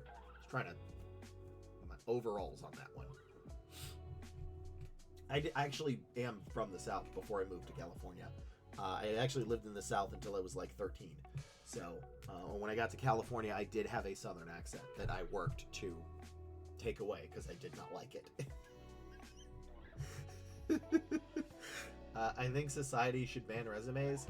Capulator is a good name. Honestly, as a recruiter who reviews resumes, I also kind of agree that resumes are like the least efficient way of, not the least efficient, they are the worst best option we have. I do know other ways that I think would work, but that will require a lot of stuff to do. But yeah, like I chewing on some hay while I review resumes. I do say. But yeah, I really think resumes are the worst of the best options we have. Or the best of the worst. No, the best of the worst options we have. But like, I am nowhere near powerful enough, nor have enough people to change the way it does it. So, but yeah, I fully agree resumes are outdated, but there are no other solutions that are better at the moment. And this is as a recruiter who's good like 20% of his jobs is resume. Yeah, instead of resumes, it should be like a talent competition, like American Idol. Yeah, I mean, look, the reason okay, so here's the thing about recruiters. I as one is people will be like, oh, the process is broken because X and Y. It's like, yeah, recruiter's job is to fix the process. We step in when a process is broken. In a perfect world, my job would not actually exist, but we are far from a perfect world. So I get paid for it. That's all it is. But yeah, a perfect world, my job would not exist as a recruiter. Should I just do a resume in a deep Southern accent once, just like this? I say. Actually, it was in Texas and Mississippi, so that was more. I forgot what that accent is. I was more of. My name is Lee, and I was born in Kansas, so this is more of the Mississippi accent. That's actually more accurate. I forgot like what this Southern lawyer is. I think that's. Oh gosh, it's bugging me because I know what that other accent is. It's. I say. I can't remember. It's not Texan. I don't remember it. So, but good. I'm glad you know. But that's also why I say y'all is because I grew up with y'all, or all y'alls. So that's how Daniel Craig's character sounds in Glass Onion. Yeah, he kind of does. I love that series. That was so good. I love it. Especially because they told you who the murderer was in like the first 20 minutes. That was so exciting. I love that movie. Yeah, they're so good. All right. Anyway, again, welcome to the channel, Capulator. Ask any recruiting questions and I'll help you through a broken process because you ain't going to tell me it's not broken. It's broken. That's why I have a job. So this is I don't know what this could, I guess brand manager. All right, I have to do it based on this. I don't know if this is actually as correct or not. For this resume, we have a marketing and social media. So the issue I had, which seems to be a theme with this episode, is marketing and social media have different jobs. And your job title, even if it can mean different things, needs to be very precise. So there are a bunch of jobs for marketing and social media, although not as much because it's in a downturn. But a social media manager is different than a social media content creator, is different than a brand manager. So I collected a combo of those. So you're not going to necessarily need all of those, but like these are the most common ones that I have found. They're not an extensive list and they may not be 100% accurate because again, marketing and social media is too broad for me to look at this. So this person also has applied to 150 jobs. That's a ratio, 150 to 1. That ain't good. Oof. All right. Let's see what we can do to fix it. So, first off, I also noticed you are outside the United States. I'm a US-based recruiter, so take what I'm going to say with a grain of salt, which I realize may not actually translate outside of the United States anyway. So, skilled marketing professional with 3 years of experience in social media, brand strategy, communication, with vision, dedication, analytical No, this can be deleted, does not matter. One of the very few reasons you want a summary sentence is if there's something critically wrong with your resume, like you were going from brand management into software engineering. You would then say, software engineer looking to switch into software engineering from social media. But I don't see, based on this, a reason you should have a summary. Okay, so preparing bi-weekly updates to the CEO and chairman, activity group, including product innovation development. Oh, you know what? I forgot to go over the actual keywords. So, keywords are photography, video creation, editing, creators, creative talent, captions, meme headlines, Instagram, TikTok, YouTube, LinkedIn, Adobe, Canva, Final Cut Pro, SEO, and then how you juggled multiple projects, prioritized them effectively, and met deadlines. Those are what we're going to be looking for. Those up there. I moved where they were on my screen. Also, this formatting is bad. It's very hard to read. There's so much information here. Conducting weekly research activity, quality quant, analytic research, reports on Excel. Excel can be a keyword. Data from Nielsen's team to understand and analyze business performance and KPIs. KPIs are actually one. I forgot to add that, so that's 2. Monitoring cost versus budget for good source at SAP. Supporting product manager. Yeah, so I want to be clear. This doesn't read like any of the job titles I was looking at. The content creation one wanted to show how you did it. This looks more like a social media researcher. Yeah, that's kind of what it read. Supporting the brand manager operations, pivot tables. Again, I pivot tables can be good, but this is not what I'm looking. I don't think I've found a single keyword that I found before. I'm going to count KPIs. I'm going to count that. And Excel, so that's 2.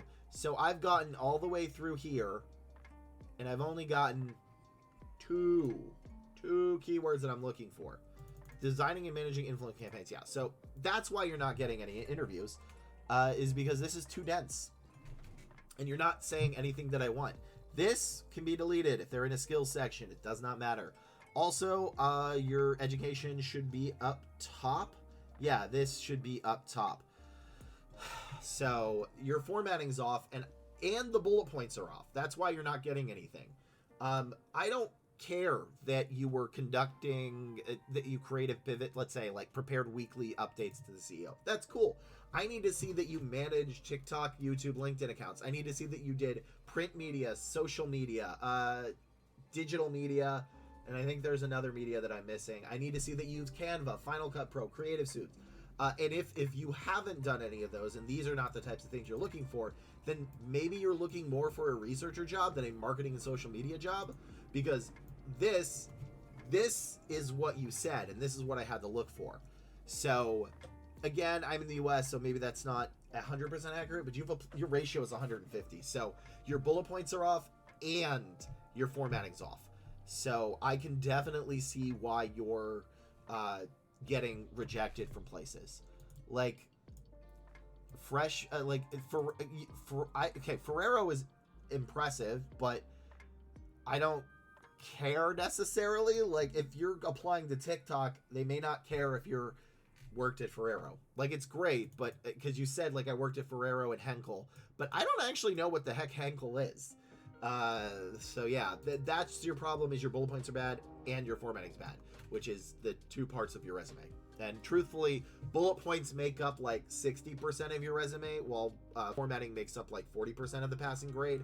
So actually, that's about accurate, 60-40. So come on the channel and I'll work with you on this, but this would not pass, I think, anybody's one, because this stuff needs to be in there, and these aren't even necessarily the right keywords, I think. So I don't want to be mean. I just want to make sure you're prepared.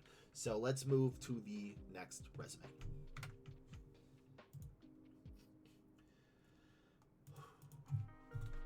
Okay. Next break, I need to get water. You know what? I'm going to go get water in a second. Bear, you don't need to leave. I know. I see you there. You're in your favorite little spot. Your favorite little spot under the bed. That's exactly his favorite spot. I don't know why. Just sticks his butt out for the camera. All right, that was 63.3.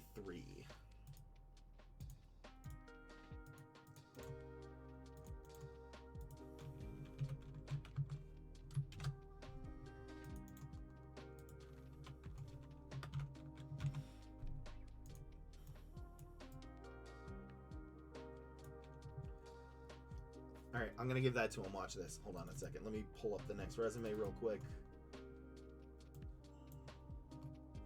I know who this is. Okay, cool.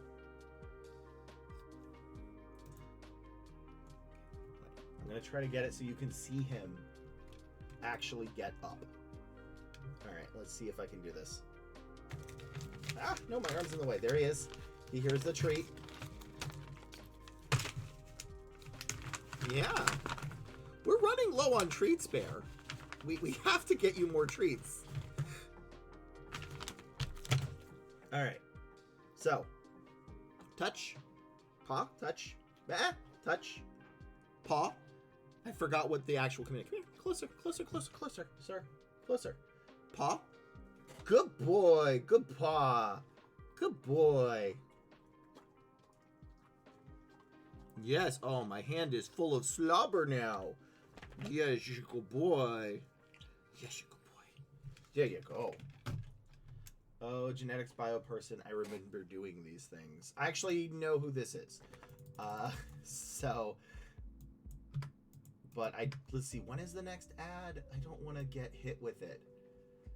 Slobber of good luck. Yeah. Hi, don't wag your tail like that. So, what are they looking? They're looking for scientist.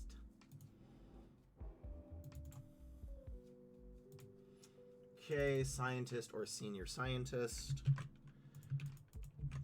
Okay. I will have to double check what that is. All right. Because it also depends more. And they are bio closer, if I remember. Yeah, I gotta double check.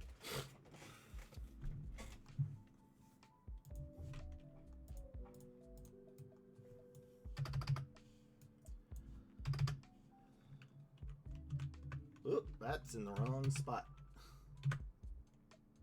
Scientist, senior scientist. Okay, so what is their bio? Let's see, and they've applied to 75 to 1. All right, let's R&D scientist, molecular, and then cell biology.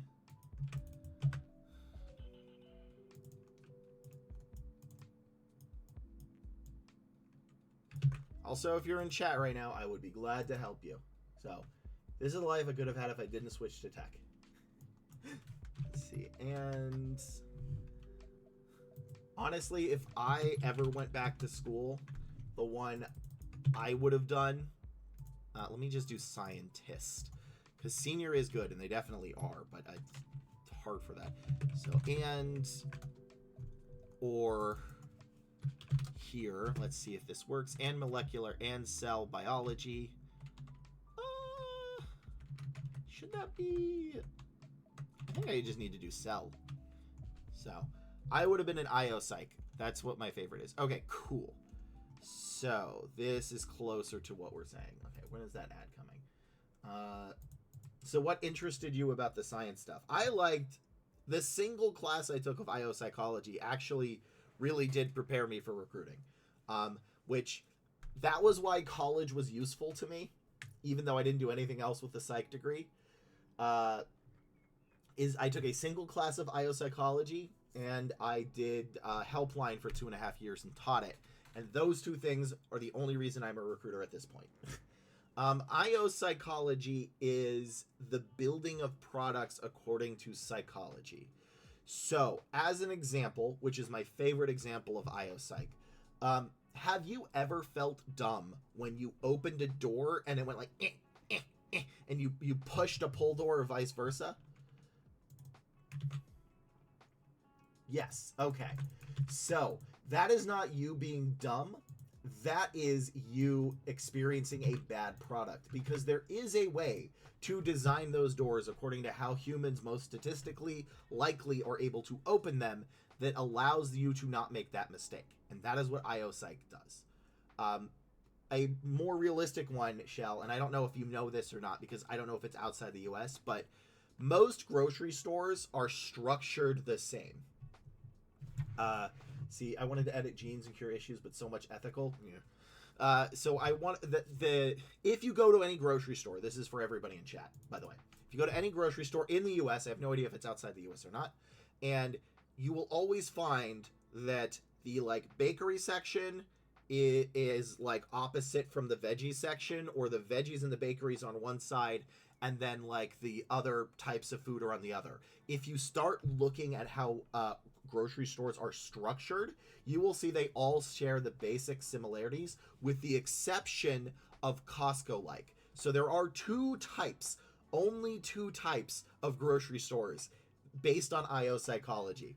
They're the kind where you are forced to make a circle around the store, which is where most of them are, where you hit the most commonly placed items, which are on opposite ends, and people tend to go left to right, at least in the US. I think it's vice versa outside the US, so that you hit everything in between. Then there are the stores that encourage you to hunt. This is Costco. Part of the appeal of Costco is that you don't know where anything is, so you have to hunt around the store. So you feel like you found a good deal. And that is the two types of ones, and they've done that based on like IO Psych, which was the one I would have gone into if I did not hate school. So that is IO Psych, which I find incredibly interesting.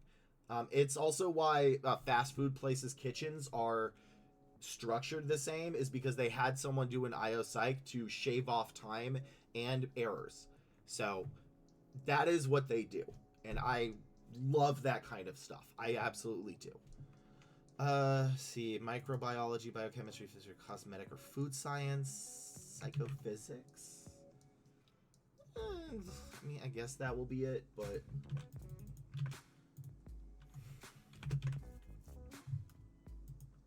so yeah, that is what IO Psych does. Software engineer. Why software engineer? Oh, stem cell and science. Okay, cool. Research associate. Let's see, biomedical, its degree, DNA analyzing. I think I'm watching on lag, but I love it. Okay, cool. Yeah, there may be lag. My internet's been having issues lately. So, which I was actually worried that it wouldn't work today.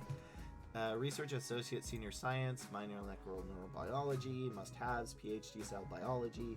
I mean, I guess it's also going to be stuff like cell biology, DNA.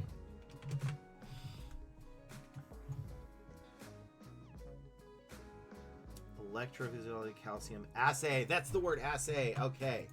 Assay. That is the one I was looking for. I knew there was one specifically that is very beneficial to have. So. Oh, it's you? Okay, I will fully blame you then. Everybody blame Shell for the lack. It is Shell's fault. Point your finger. It's your fault. Dynamic matrix environment. I'm back to speed now, but was saying that IO Psych sounds a lot like the thought that goes into user experience for websites. Yeah, I think it kind of is. I definitely think they're two sides of the same coin. I think specifically it's for non-like tech stuff. So, but yeah, that seems about right. All right, immunochemistry. Okay, bachelor's, PhD, cell-based single multiple immunohistory, analyst microtomy, microscopy.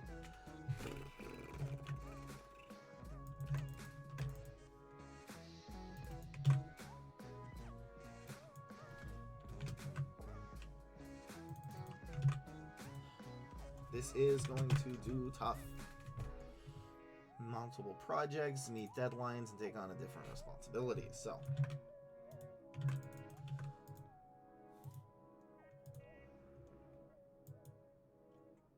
Brain, I forgot where that is. Okay, whoa, where did this go? No.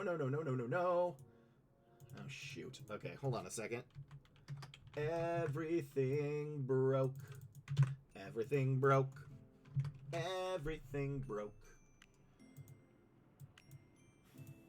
I have to fix it, and everything broke.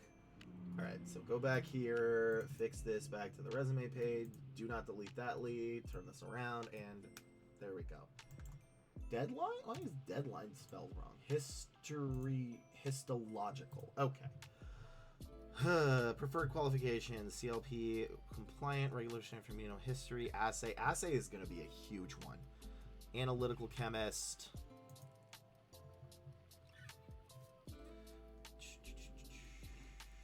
GMC. Yeah, so this is essentially going to be this. Tools.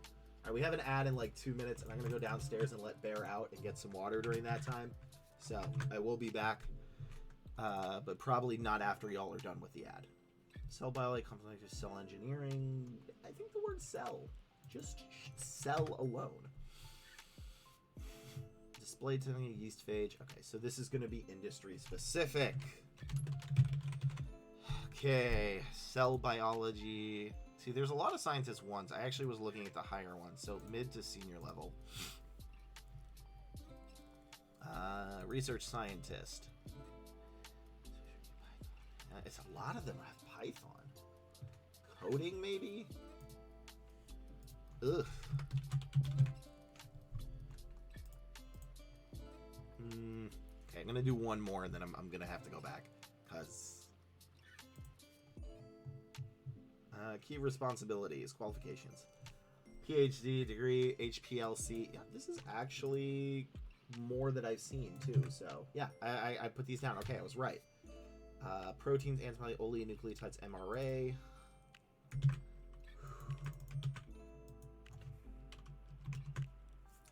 Right, cross-functional. Oh god, there's so many for this. So let's do matrix slash cross-functional. Alright, I'm gonna have to shrink the... Oh, I got a bunch of text. Whoa, I got like 3 text. What the hell? Okay, stop that. There we go. Let's shrink this down a little bit so it's visible because there's so many of them. There we go. Is that still visible, y'all? I just want to be sure. Thank you for the follow, by the way, Dig Mauler. I'm not gonna be able to pronounce that. I'm gonna call you Dig. Thank you for the follow, Dig. And I will be right back. The ad is starting. No, I'll wait a couple more seconds. But I basically have to do this resume. Okay, so education. No, you missed it. Okay, I actually have to not say this person's real name because I actually do know it. Okay, education. Yeah, so the education is wrong too. So formatting is not terrible, but the education is. So, you know, the skills section may not be terrible for that, but okay. All right, I will be right back.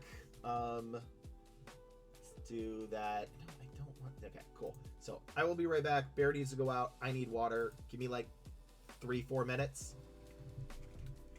Come on, Bear. Let's get you water. Let's get you water. I mean, get you outside. Not water.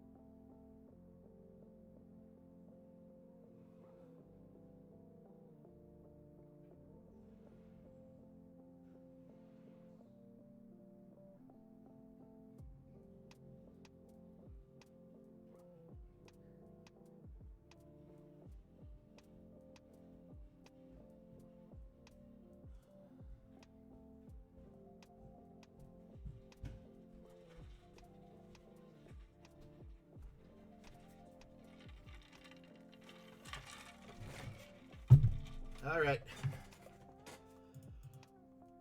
We are back.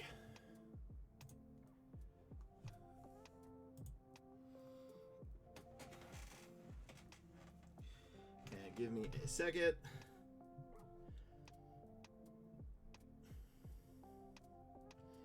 I need to make a note for myself. Oh, that's a lot of notes.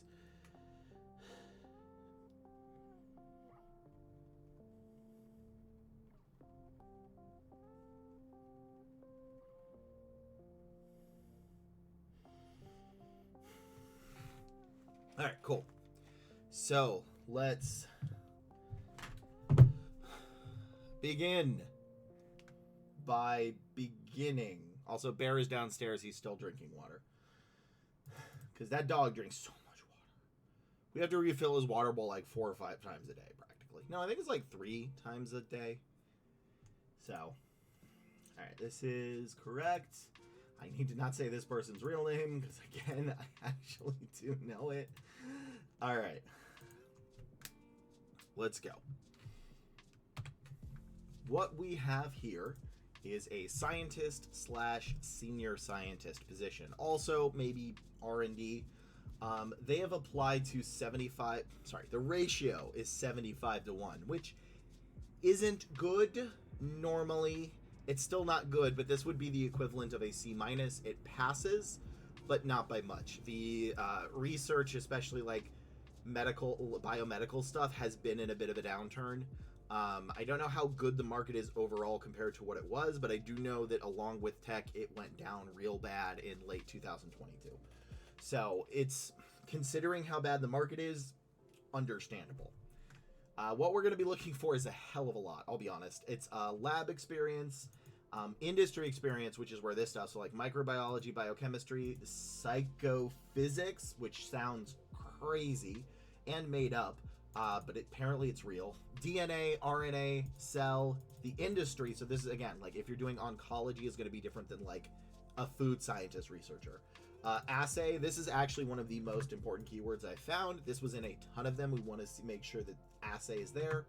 High content imaging, matrix or cross-functional environment. This is also important. So again, I'm just going to highlight these. Don't bold them in the actual resume. Microscopy, histological, multiple projects, meet deadlines. And then if you can code like Python or anything, that's good.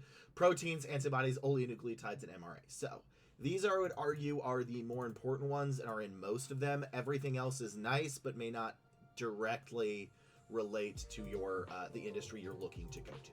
So let's look. Experienced R&D scientist specializing in molecular and cell biology techniques with a background in cancer, oncology, and drug research. A dedicated team player with threads in collaboration, continuous learning, and translational skills. So normally I'm not a fan of summary sentences. Scientists are a bit weird in that there's so many of them and the recruiter is probably not going to be technical enough. I actually would recommend a very quick summary. I don't think this is how you would do that summary though. So what I would do, sorry, my dog is under the table right now, so if you hear any noises, that's him scavenging for food he will not get. You have eaten today, Bear. So what I want you to do with this is, instead of all of this, I want you to essentially combine this and say R&D scientist with X plus years in, and then we could do molecular, cell biology, oncology, and drug research, right? So basically just this, that way they know your field, because the recruiter may not understand it. So the skills section is too long. Again, not a fan of skills sections. These should be in the bullet points, but if you're going to keep it to 3 lines max. In addition, as this is a scientist position, and scientist positions can vary. Some want bachelor, some want master, some want PhDs. You need this up top. This should be right after your name and information and everything. So this should be after the summary and between the work experience. And if you have a skills in between these two. So also, this should be 2 lines max. You can just say University of Tucson, Arizona, PhD in this with a medical pharmacology, 2019, PhD in BS. So make sure you have that. And then you can also put your patent there. So this should be like 3 lines. And then we can go to the actual work experience. So supervise a team of 5 research associates, fostering productivity and professional growth through mentorship, development, activity, troubleshooting, project guidance. Okay. I like what you're going with here, but this is not what we're looking for. So supervise a team of 5 researchers is good. That's fine. But I need to know what your projects were here. I need to know a couple of keywords here. I need to know a little bit more, right? So supervise a team of 5 researchers where we cured X, did Y, Z, and C. There is a lot of keywords and you need them here, especially if you could shove in assay. That's important. Collaborated with cross-functional teams in biostatistics, clinical affairs, regulatory, companion diagnostics, and immunochemistry. This is actually, okay, so this is a keyword. It's not one I put in, but I saw it in 1 or 2, and this might be as well. So I think, truthfully, what you should do is combine these two. I want you to combine these two and shrink it so that it says something instead. So it says, supervise a team of 5 research associates where we worked cross-functionally to develop companion diagnostics, immunohistochemistry assays, and maybe one other word. So that is how you would write this sentence. That also gives you more stuff. That also gives you assay, cross-functional, and a couple of the other little keywords. So that would be how you do it. Truthfully, I think your keywords were kind of okay. It's just they probably tune out by the time they get to them. So define and design the optimal development path for each product in my workflow. This sentence doesn't help. I don't see anything here. If you want to keep this sentence, I would do something instead of that. Say, of our X and Y projects, all of them were delivered on time and under budget. Well, where I juggled multiple projects. This is where you can fit in how many projects you did, how you juggled them, because this is a multitasking thing, and specifically, so basically how you met deadlines of multiple projects. Perform specimen selection protocol report in automated IC standing for its verification, validation, meeting project milestones. Okay, here it is. This is fine. Again, this can be combined. Updated design and document for 2 CDX, including IFU's GIC with our quality measurement. Here's the thing. I'm missing a little bit of this stuff, right? I need a little bit more. I need, if this was like oncology stuff, I want oncology. If there was like oligonucleotides, or microscopy or high content imaging, which you did say assay, ignore that one. Lab experience. Yeah, I need lab experience. I'm sure this was in a lab, but you have to state it. Was it microbiology? Was it biochemistry? Pretend I know nothing, okay? I think your big issue here is this is too much. Your education is not between them, and you're smart. We know you're very smart. You're a PhD person. You are smarter than me, but you cannot assume your recruiter knows that these things equal these things. So you're much closer. I don't think you're going to need a ton, but it's pretty solid. Then this is authorized laboratory standard operating products for procedures and reports. Establish schedule of finished product production for various assays. Assays is good. Patient healing as infant cells and biofilms. That might be okay. Microarray is good. So yeah, essentially, which apparently is a theme of this episode, is y'all are smarter than me. Y'all are smarter than probably the people reading your resumes. I assume so. You have incredible degrees, but you need to write these in such a way as a person who, I'm sure you know this, somebody, you said, I have a degree in, what was it? I have a degree in physiological science. And they say, what's that? And you say, well, this is the development of cells and everything else. And like, why? And then you're like, well, so I can develop the X and Y. It's like, yeah, but what do you do? And you're like, you know how scientists work to cure cancer? Well, I'm not curing cancer. This is the type of research that they do. And they'd be like, oh, okay.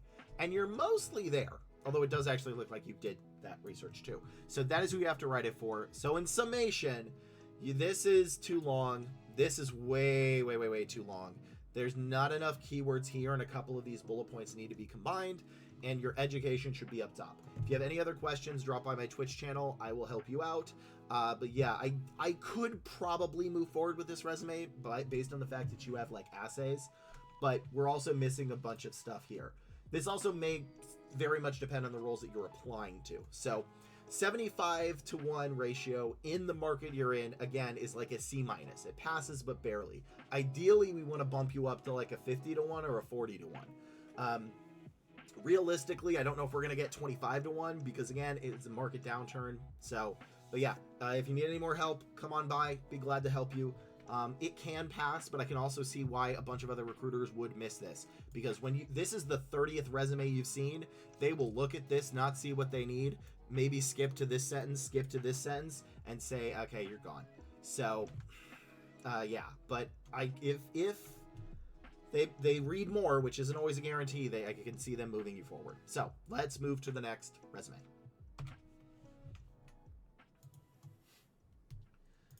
Okay, I actually have to mark that.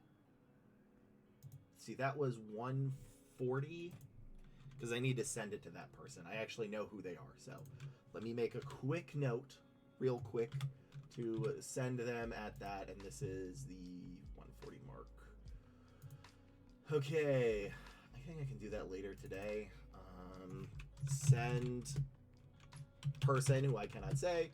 The Twitch VoD starts at 140-ish for their resume review.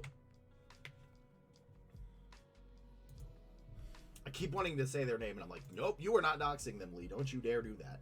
Don't you dare do that. So, okay, that's good, that's good, that's good. And then this was 63.4.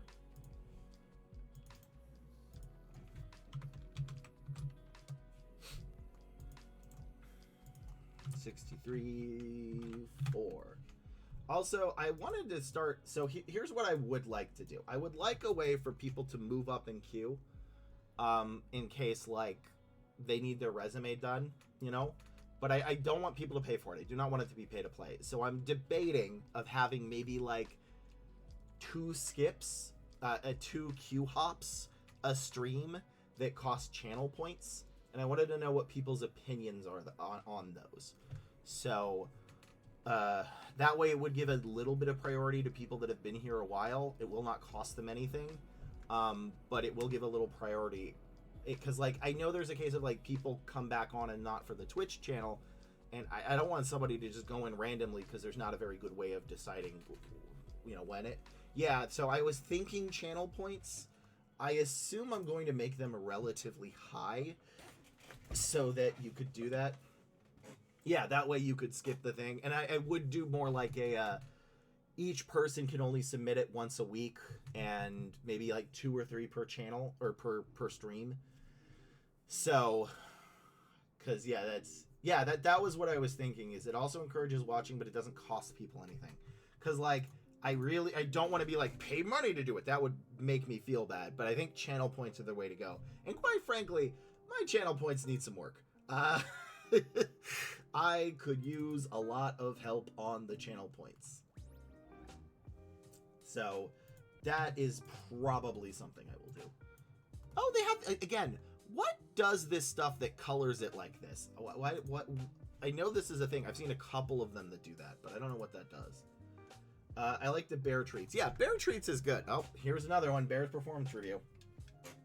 Can I, like... Okay. Bear treat. Pup performance review. Ooh, I like that one. Okay, sir. So, today, I think you've been very good. But first, I want to shake. Bear shake, or hand. Okay, this one's on me. Paw. Good paw. Good boy. That was on me. I forgot what the actual one is. So, overall today, you've been very good. You haven't barked at the neighbor dog. You've been very attentive. You only slobbered on me once today. And... you didn't get any more trash, which is good. We don't want you to get into trash, because that was not great, and you did not feel good. So, overall today, and yesterday, I think your pup performance review has been very good. So, let's see if I can do this. Okay, get ready to catch. Catch. Good boy. Good boy. You're a good boy. Yes, you are. Good boy. Good catch. Yes. I love you. Give me your toy. Bring your toy. No, there's nothing in my hand. Bring your toy. You got like 8 toys over there. Get the toy. I was going to give you... Okay. So, neighbor dog sounds sus from rival company. Bear is establishing dominance of this... Bear's going to be the CEO, leader, chief by the end of the quarter. He would. He absolutely would. Bear is the type of person that would fall upward in life. Good boy. Also, the neighbor dog, like, Bear has fence anxiety. He's actually okay around other dogs, but not through a fence. He's very good with people. People he's fine with. And the neighbor dogs also bark, but I'm not blaming the neighbor dogs. It's a 50-50 between the two of them. The first one that sees it goes like, oof, oof, and then they both bark at each other, and both of us have to move our dogs away. So, yes, Bear is definitely cute. You're a cutie patootie dog. So, yes, you are. Yes, you are. Okay. Just staring at me. I know. Get your toy. You have toys over there. Okay. This is how he's staring right now. He loves butt scratches. That's his favorite. He's just doing this, and then if he looks at me like, why did you watch? I stopped petting him. Bear. Yeah, what? I didn't give you a treat. I know. When I work, you get treats. That's what we've established. But it's not always the case. You have a limit, sir. Remember, you have a limit. My fiance trained him very, very well. And he's so old. He's almost 11. I think he's like 10 and a half. Now he's chomping on his toy. Can y'all hear the chomp? I don't know if people can hear the chomp. Yeah, he knows that I'm looking at him over there. So. There we go. I do need to get a bear cam. It's just so hard to find because you show everywhere. Nope, no chomp. Okay, this mic is good. My Chili Philly is my mod. He gave me this, the microphone. So, thank him. I don't think he's here right now. Okay, this is a scientist. This is back-end AI engineer. I'm an international student in the S right now in STEM OPT, looking for the SDE role, software developer. Wait, SDE roles, but it's been hard. SDE software. What is SDE roles? Wait, SDE. Seller's discretionary earnings. That's definitely not it. This SDE is software development engineer. Oh. Like, what's the difference? Is there a difference between the two? This is why these terminologies are not ones I like. So, all right. See, backend or AI engineer, they are going to have slightly different keywords. I've done AI before, so this is the first one that pops up.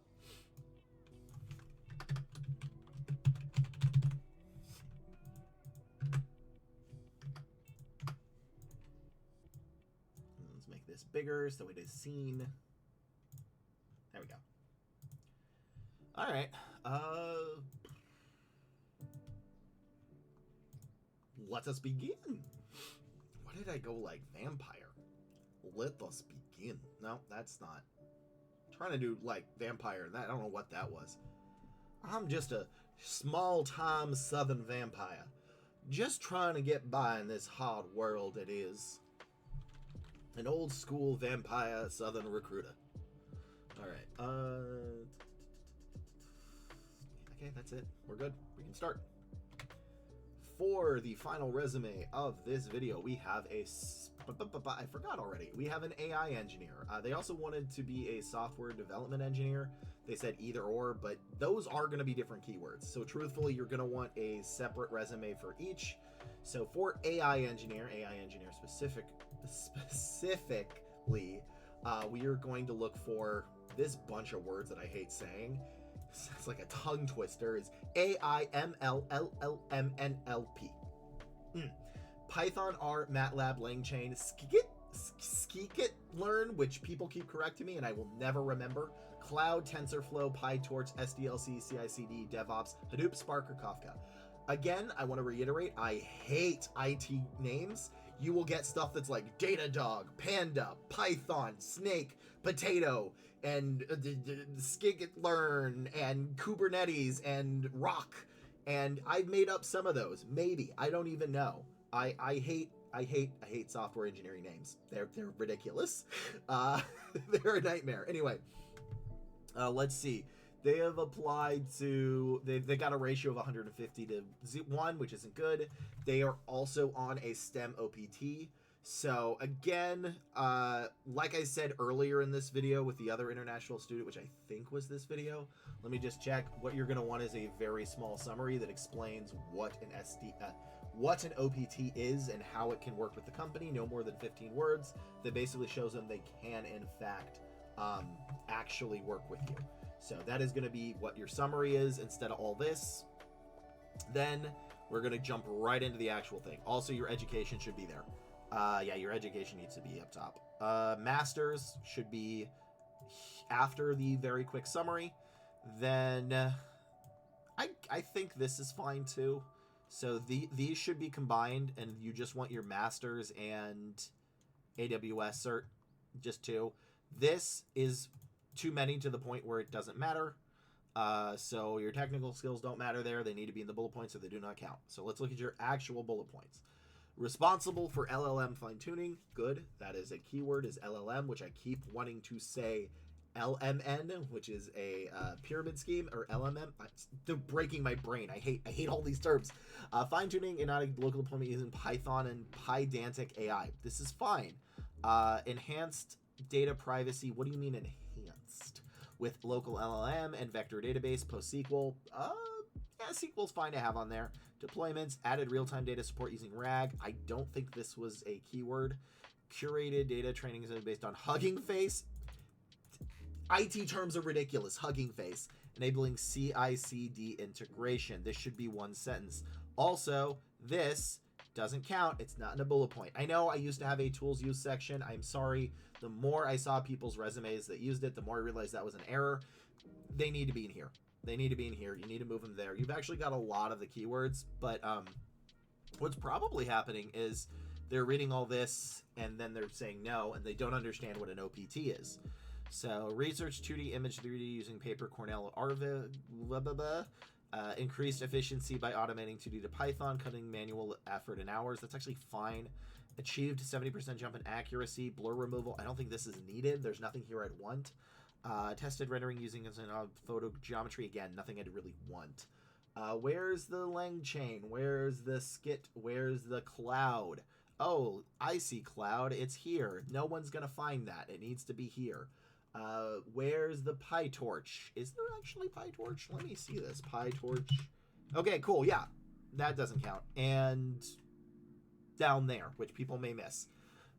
Remember, the very first half of your resume is the most important. You can have 2 pages, you can have 3, you can have 1. It doesn't matter as long as the first half of your resume shows your experience. I think a lot of it is just you're not explaining what the OPT is, and primarily your bullet points are mid, and you don't have your education up top. So, could I move forward with this? Maybe. I might actually be able to. But I think the competition is still fierce. So, again, this is something that would probably pass with flying colors in 2018, but this is now 2025. So, please do those things. Add to your bullet points. Show you how you used cloud. Show how you've used like PyTorch. Also show how you use big data, and fix the formatting errors I've seen, and you will probably get a lot more interviews. So that's it for this resume. Like I said, this is a maybe pass for me. It really depends on what the manager wants. It is at least close enough. Sorry, dog barked. I hope that wasn't too loud, but I will see you all in the next video, and be sure to like, comment, and subscribe. And recruiter out. I don't know how to end a video. No one taught me that in recruiter school. Okay. Hugging Face is real. Accents tonight have been crazy. Yeah, some of those words did sound like legit. Right? They do. It's ridiculous. I kept calling it Face Hugger. Oh, Bear probably saw someone outside. He likes to bark. He's a very barky dog. What's the rule for number of pages? Saw someone on Reddit say 1 page per 10 years. Again, my rule is it doesn't matter how many pages you have as long as this shows your qualification. You need your qualifications and keywords to be in the first half, because I have met managers that have loved longer resumes. I have met managers that did not love them. So what is important is it's in the first half, because it's like a 50-50 split. So if you've got 10 years of experience, sure. If you got 5 years of experience, 2 pages is fine. But what matters is it's in the first half. Your first half is the most important. So I've seen people that it had in the first half that got the job with like a 4 or 5 page resume. You know, it's the first half. That's all that matters, is the first half of the resume. But yeah, some managers do in fact like looking at longer resumes. Some don't, and you're not gonna be able to determine which, essentially. So just whatever you think fits the amount of information, make sure the important stuff first half. That's it. That's the best thing I can tell. Oh, Bear's coming upstairs. I hear him. Oh wow, this has actually been a bit. Hi, baby boy. Hello. Hello. Hi. Hi, cutie patootie. Were you borking? You know you're not supposed to bork at people. I know. If they came inside, you'd run up to get pets. So. Okay, don't lay down. I cannot pet you if you lay down. I cannot do the stream like this, sir. Don't look at me like that. Look at the. That's what you look like. I can't do this. If you stood up, I could pet you. Yeah, no worries, Firebrand. Look, if it's helpful, like I said, I'm glad to help bring more people to the channel. That is my goal. So if you bring more people to the channel, that is how you can help me too. Okay, what is this? An electrical hardware engineer. I have actually done those sort of recent. I don't know if a year and a half. Wow, it's been a year and a half since I've done those.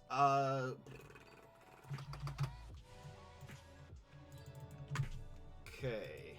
Well, the problem on this one is they said they are not a U.S. citizen, which makes it really tough.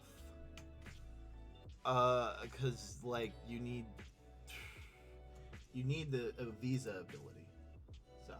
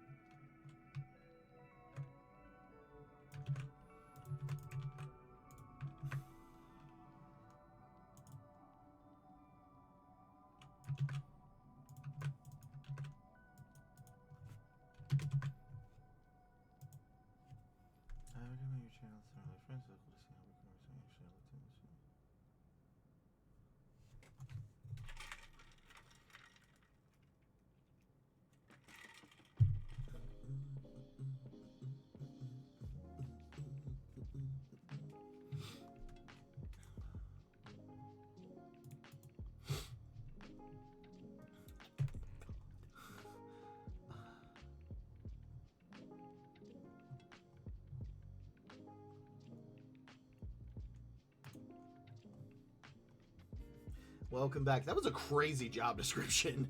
Also, see, I've recommended your channel to several of my friends. It's so cool to see how recruiting resumes are actually looked at. Yay, thank you. And most people just say generic things like getting past the ATS. Yeah, if someone tells you how to get past the ATS, they are lying and they do not know what they're talking about. One or the two. Also, is the resume worded ATS scanner site any useful? I don't know. I've actually seen a couple of people that have been on my channel. Apparently it's the way I would describe it, although I have not used it, is the equation is wrong. It's what it's doing isn't correct, but it ends up with the right answer anyway, from resume worded. But again, remember, the ATS doesn't parse like that. As long as it's in PDF or Word doc format, you're fine. Also, Google Docs can work too. Hey, Love. You actually have Love as your name? That's impressive. Were you like OG on Twitch that you got that? Oh no, the little symbol is there. No, you just got love. How? 2014. I am so impressed. Uh, followed you from Ninja Gatto's shout out the other day. Almost, it's at 0. Okay, cool. Well, welcome to the channel. Welcome to the channel. I'm glad to help. So yeah, I do not believe that resume scores work because again, that's not how ATSs work. There are AI ATSs, but again, they're very minimal. Now, in 2 years from now, maybe what my advice now may change. So, but right now still, AI ATSs are in the very, very small minority, so you need to build it for a human. And as long as you apply early, because they do sort you in the order you come in, the faster you apply, the better your chances. Because if there is, here, look, this one right here, a hardware engineer, 87 people clicked apply, and realistically, that's not 87 people got submitted to the ATS.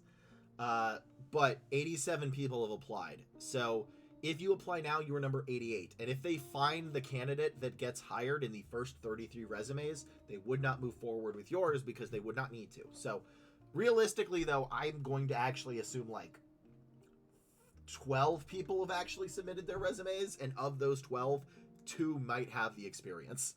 So yeah, they're not robust. I mean, it's like ATS is a real dumb filing cabinets. There was actual talk, which there was something AI in an ATS that I actually was excited for, which was matching candidates who had previously applied to a role you were just going to post. I think that is actually kind of interesting and would help because usually you can search through the ATS to find past candidates, but it's kind of a nightmare because of how they work and how fresh they are. And you don't usually have the tools you need to directly do that. So actually using AI to do that would actually be kind of neat on the recruiting end. So in the only case of like an image or something being uploaded to these ATS, the columns are hard to read because remember, here, I'll tell you why. If this is what it is like to be a recruiter, I want you to do this experiment. Go to any of the resume sites, any of the Reddit sites for resumes, right? And then I want you to just take, say, 20 of those, maybe download the image files, and then look through them and decide you have 15 seconds to determine what they are, even if you do not know their industry. And you will notice that the double columns are harder to find in those 15 to 30 seconds. So that is why. You remember, you are doing it for a human who is prone to errors, a human who does not know your industry, a human who is probably overworked and does not have all the tools they need, a human who has, as I did, I had oligonucleotide positions, I had data science positions, I had software engineering positions, I had scientist positions, I had project manager positions, sales positions, lab scientist positions, and I had a total of 35 to 40 of those. So that is why it is important. And when you look at all that stuff, double columns don't work. I actually have gotten back to people, and here, I'll be honest. There are other recruiters that are pretty good at using the ATS to pass system to match candidates, but it's not often. But I will say most recruiters have I'd say, remembrance level of 3 weeks. So Shell, if you submitted your resume now, and I thought, you know what, you're actually qualified for another role, I will get back to you. I have placed 1 or 2 people like that, but after 3 weeks, it's gone. There's too many people. So that's how that works.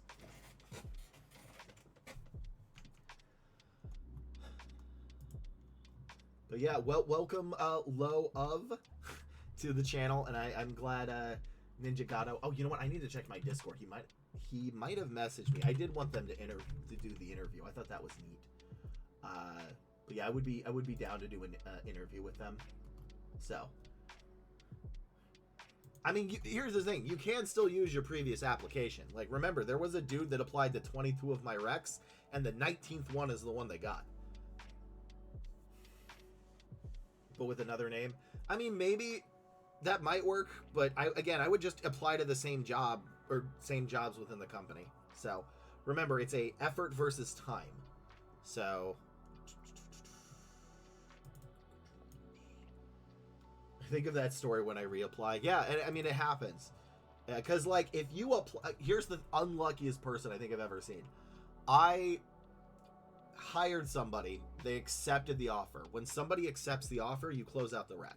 So they accepted the offer, and then in the time it took me to refresh the page, because I needed to refresh the page to do it, somebody applied. So that person got an instant rejection, and I bet they're like, oh my god, the AI did it. And it's like, no, you applied the millisecond before I was going to close all the recs.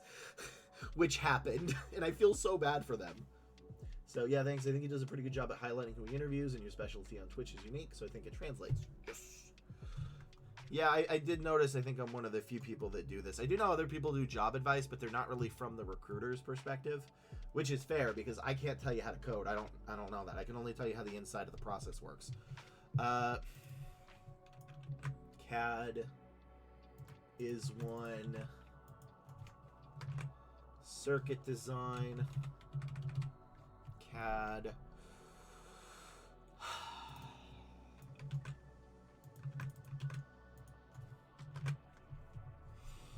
Electrical engineer and robotics. Staff engineer, electrical engineer.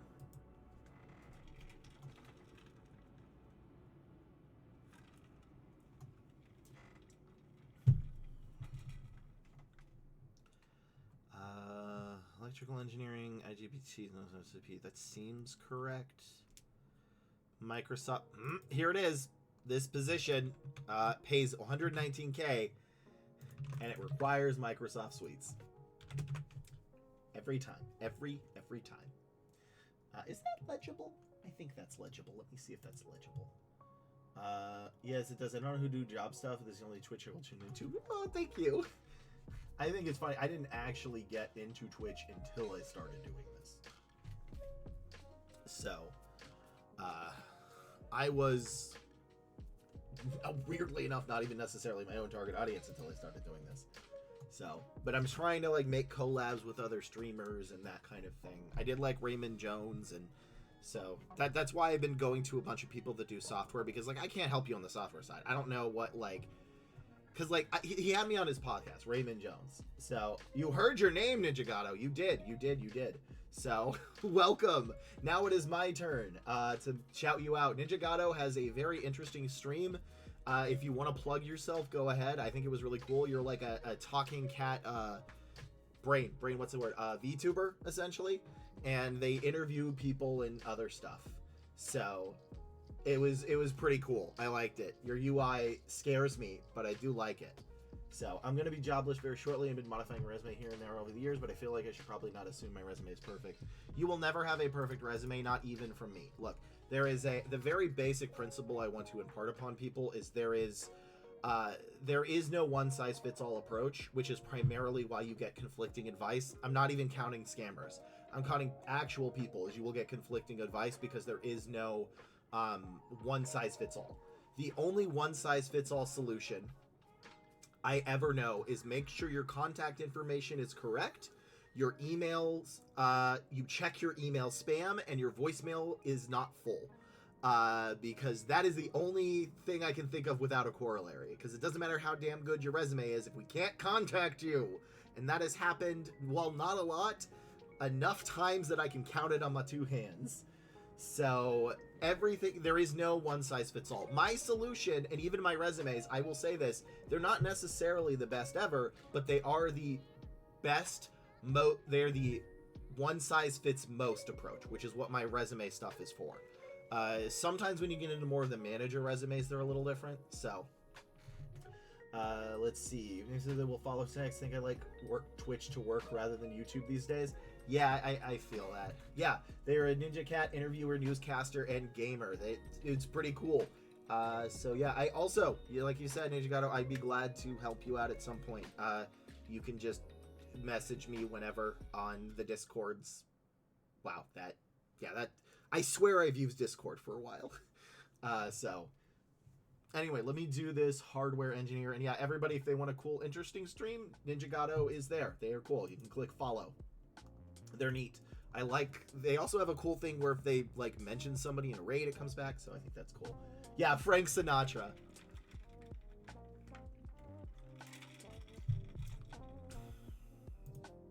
And I know this person is international, which is tough because like I've only done a couple of international roles. Like I don't want people to assume like I'm a master of recruiting from outside the US, because that's not the case. I did the most at my previous company, but also that still was not a lot. Like I think it was like 12 maybe max. So and yeah, it was like 8 to 10 I think, maybe. I missed it, but are user able to submit an to review, assuming result identification? No, you just saw your screen. You know what, love? The fact that you said that, you're disbarred forever. Yeah, no, that's... Don't worry, multitasking, I get it. Yeah, so no, you can do it, and I think I'm going to institute some channel point rewards so that you can jump the queue if you've been here for a while. I will not... So here's the thing. I do not ask anybody ever to send me money. Now, if you have an Amazon Prime account, you do get 1 free sub a month. So I will ask for your free subscription. But beyond that, I do not want any other money unless I get you a job and you want to give people money. You know, because I don't want to charge. It's still free to play. So that is my goal, is to keep it free to play. But I will take your free Twitch sub, which I assume Ninjago also knows. So, because free Twitch, I will take the freebie. So, all right, I think this is ready for this, which I will go to. So I will go back to the chat after. But yeah, welcome everybody, and welcome again, Ninjago. Now you get to see how I work on this one, on this side of it. Okay, this one is going to be tough. So for this resume, what we are going to be looking for is a electrical / hardware engineer. And this person did state that they are looking for jobs in the U.S. as a non-American citizen, which I'm not a master of immigration recruiting. I think I've only done like 8 or 10 in my life total. Sorry, something in my throat. But the very first thing you need to know is you need to make sure you have a work visa. So you cannot work in the United States. This is for anybody else that doesn't know this stuff. You cannot work in the United States without the ability to work in the United States, and that requires certain visas. It's going to vary based on where you were. Okay, let me redo that. Nobody wants to see me cough at the start of a video. Oh. Crud, that was brutal. Okay, let's do this. Oh, I also forgot to tag the other one. This is 63.5. M63.5. So give me a second. 63.5. There we go. 63.5. No! Stop! There we go. Okay, let me redo this. Bro, Frank Sinatra is looking for a new job. This economy is brutal. I'm going to steal that for the video, by the way. Fly this resume to the moon. I want to let you all know I'm stealing those jokes and I'm claiming credit for them. I am absolutely claiming credit for those. Those are hilarious. All right, let me do this for real. The resume we are reviewing today is for an electrical hardware engineer. This is Frank Sinatra, which we're going to fly this resume to the moon, which is something my chat said. They are making a lot of very funny Frank Sinatra puns right now, and it's really hilarious. But what we're going to be looking for as an electrical hardware engineer is power systems, battery management, power electronics, PCB, such as motor drivers and circuit design. And I want to highlight this right here, circuit design. Having actually recruited for an electrical hardware engineer or electrical engineer before, having circuit design is huge. It was actually kind of tough to find people with the correct circuit design because a lot of them had worked with it after the circuit had been made, not necessarily with like making it, which was very important. So circuit design from experience is tough to find. So having that is a bonus. Python, MATLAB, CAD, any of the CADs will do. EM, this is going to be sort of specific, but EMI, EMC, safety. Oh, look, Microsoft Office suites. Guess what? That was in a job that paid $114K. So yes, it is important to have that. Probably Excel is the most important one. LT Spice, Simtrex, Simplus, Ultrium, MATLAB. MATLAB's in twice. I feel like Simtrex and Simplus sound like a medication, but That's what we're going to be looking for. This person has a ratio of 1 to 50, which isn't terrible. Again, I think that's like a C minus. It passes, but barely. They did say they're looking for the jobs in the U.S. as a non-American citizen. So I've only done like 8 immigration roles, maybe 8 to 10 in my life as a recruiter. I want to be very clear. I'm not a master of immigration placement. The very first thing I do want to let you know is you need the ability to work in the United States before you apply. So make sure you have that visa, because I know I get a lot of messages like, how do I work in the US? And the simple answer is, I don't know, but you need that before you can even apply to a job. So as you could probably tell from the last video where a couple had that, you need to show what your visa is here and how to use it. So, which I don't know what it is. I'm assuming maybe an OPT, but that's a guess. Also, the objective doesn't matter. So that's why you put that is instead of the summary is electrical engineer was on an OPT that you can work with, blah, blah, blah, because the recruiters are probably not going to know. So there's too much bolding in this. I think this is like Jake's resume format, which I think is an okay format. I just wish it had less bolding. Then let's do this. Defense and space manufacturing, September to current, developed and implemented system-specific test requirements, failure protocols, achieving 100% compliance with operational security standards, doing the system that's all critical verification. I think that's okay. No, it's not, and here's why. I don't know what you do. I don't know if you're testing like the circuits. I don't know if you're testing motors. Again, I've placed this before. That does not mean I could understand that kind of stuff. So you need to show, and this is going to be thing like, what were these for? Did you design motors? Did you design actual circuits? Did you design laser guns? I don't know. You don't tell me. Collaborated with, don't say collaborated, just say worked with. It's fine. Worked with a cross-functional team to integrate and validate advanced radar systems. There we go. This is what I'd be looking for. Actually, I feel like you could just say this instead of the above one. Communication protocols and mission critical sensors resulting in 20%. Okay, cool. Where's the MATLAB? Where's the PCB? Where's the circuit design? Where's the battery management? Where's the power system? Where's the power electronics? Where's the Microsoft Office? I'm missing a lot. Also, the minimum amount of bullet points is 3 per job. So, I think they do that in outside the US. So 3 per job. You only have 2. I need 1. I am very light on keywords here. Develop and program algorithms for motion planning human robot interaction using MATLAB and Python. Perfect. That's fine. I don't understand how reducing signal processing by 15% matters. The recruiter is not going to understand that. Published and presented original research at robotic control systems at the MeleeCon conference, fostering collaboration. Okay. This is actually kind of impressive, because even if you don't know what this is, you were presenting your own research. This doesn't, this part, the fostering collaboration between academia and industry, I don't care. But the actual first part I do, and again, I'm missing keywords. Where's the MATLAB? Where's the PCP? Where's the power management? Where's the battery management? Where's the circuit design? For battery management, here we go. Yeah, here's the problem. A recruiter may not get down to here. They may not. This is a keyword. And again, this is the only real keyword. So in the entire thing, I think I found test requirements, system requirements, maybe. So I found test requirements, system environments. I found radar. I found battery management. It's like 3-ish. Python and MATLAB. So I found 5. That's not good enough. I know you're probably not going to have all of these, and that's okay, but I need more. I need more. Give me more. More keywords. Anyway, could I move this forward, assuming the immigration was not a stop, because not all companies do immigration services? Maybe.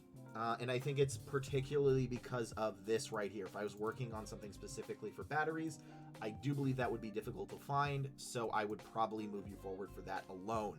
But as you were a non-US looking for US options, it is really, really, really tough, and you're going to have to maybe double the amount of applications normally. So that's what I vote on this, Frank Sinatra. I want to take you to the moon. That's not even the right reference. I'm sorry. I'm not good at Frank Sinatra references. My chat is making fun of me now. But yeah, I just need more. I just need more keywords, and a quick summary explaining how I, as a recruiter, can place you with your current visa, which I believe you should have. Otherwise, you're not going to be able to work in the U.S. regardless. So, because you need work authorization before you can work. So let's move on to the next resume. And before we do, please like, comment, and subscribe if this stuff is helpful to you. I hope it is, because I don't know how the algorithm works. Nobody tells me. We just post and pray on that, which is actually a sort of recruiter in joke. So if you get that, let me know in the comments. Why am I saying bye? There's another video. Next video. Okay.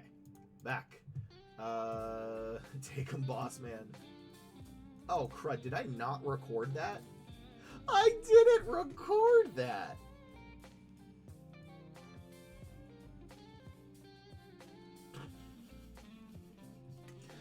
Okay, I'm not gonna redo that because I actually like that. I'm gonna have to like clip it or something. Oh, let me do a note real quick. That's depressing. Making a note. All right, what time in the stream is this? 2:30. Okay. Forgot to record. 6:41. It's at the 2-minute and 25 mark on 129 stream. I'm not doing that resume again. That was a good one. I'm saving it. So you can get your puns right next time though. Maybe take it from the stream instead. Yeah, no, I'm gonna take it from the stream. I'm gonna figure out how to do that. I don't think it's that difficult. Does it, if anybody's done that, does it immediately, in fact, Ninja Gato probably knows more than anything, does that go directly into an MP file, MP4 file?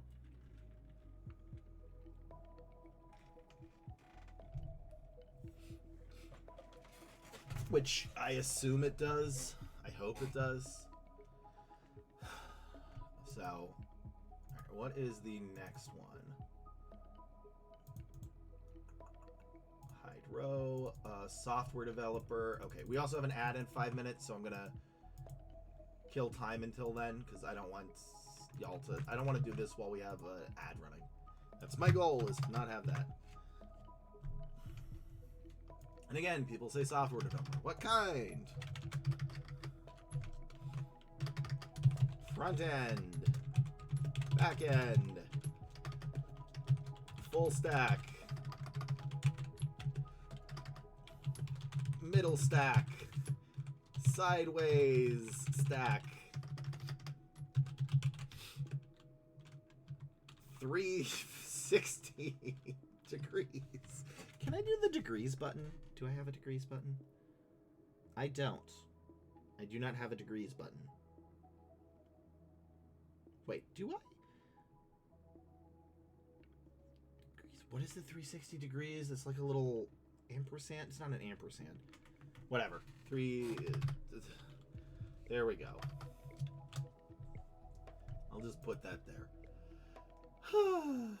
Okay, so yeah, I'll just go from the stream, record it, and then download that portion, and it'll be a little awkward in the beginning, but whatever. Hey, Bear. Oh yeah, we're gonna. Okay, can I show you on this? I think you're like too far from me, sir. Okay, can I actually show you? No, you're not in your normal spot, and this is difficult to pet you when you are here. Hey, buddy. Yeah, I know, you're looking at me. Yeah, you're a good boy. We have 3 minutes till the ad, so I'm just gonna pet you until then, huh? I'm petting you until then.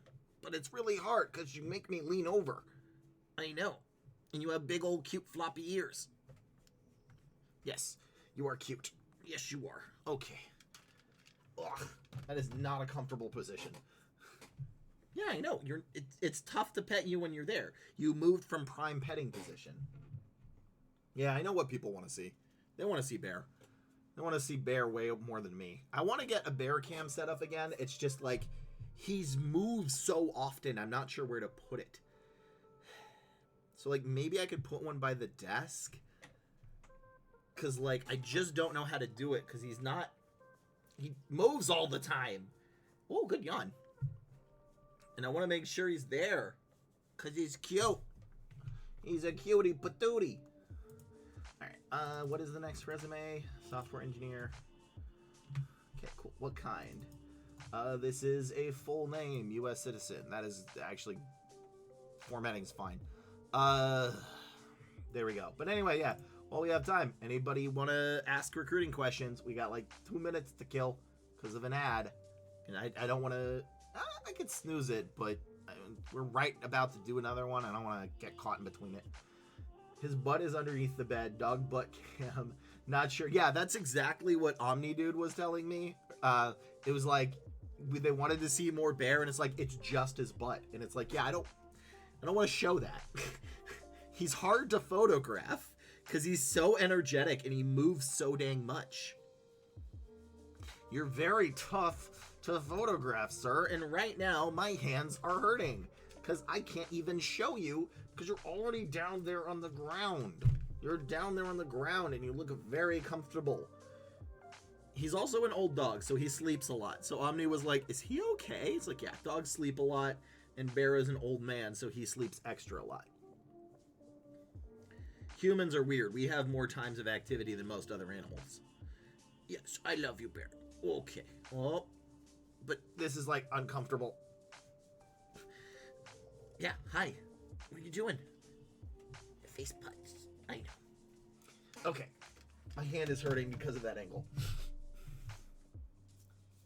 You have to come over here. You have to come over here. Yes, there we go. Okay, good. Now that you can sit up, I can actually do this. Thank you. Yeah, go say hi. There you go. Go say hi. Good boy. See? Face pets. Yes, this is good. Uh-huh. This is a good angle. Okay, and now you're moving down there to try to lick my knee. The sacrifices we make to nurture our pets. Yeah, seriously. I know, you big old cuddlebug. You're 100 pounds of love. Yush. Yes, and you have a gross kisses. Okay, hi. Go get your toy. Get your toy. You have like 12 toys over there. They're right in front of your face. And he got distracted.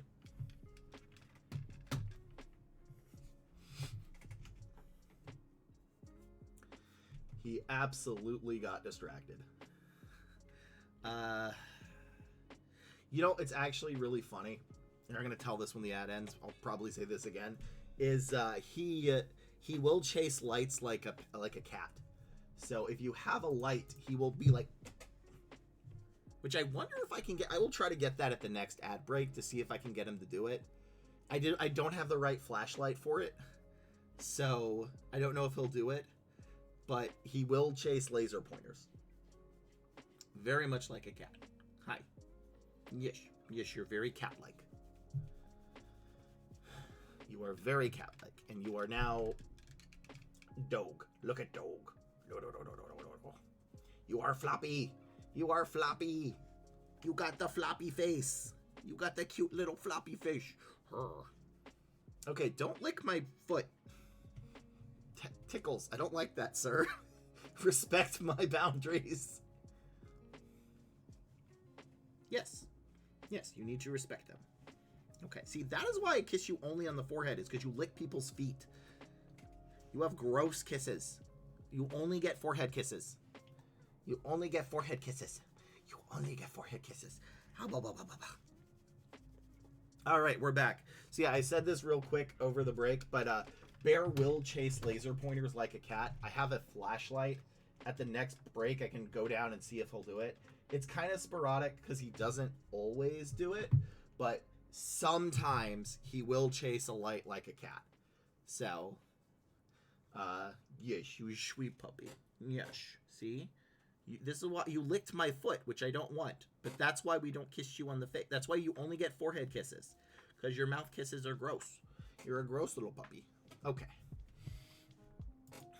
Let's do this resume, which is right here. You know, I think if I get another... I do have another cam. I'm not going to set it up now, but I think I could probably do it with the black box below my face, maybe.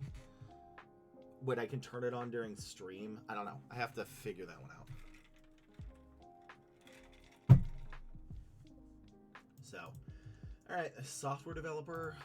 Did they say anything else? Been job hunting for almost a year. Many positions qualified for only master program while I job search. Okay. This is a software developer resume. Also, if there's a rumbling, you know what? Let me redo this because my fiance just got home. And the garage is rumbling. So there we go. I think it's done. I can't tell what people can hear or not because, like, I can't listen to the music because I don't like sound when I work.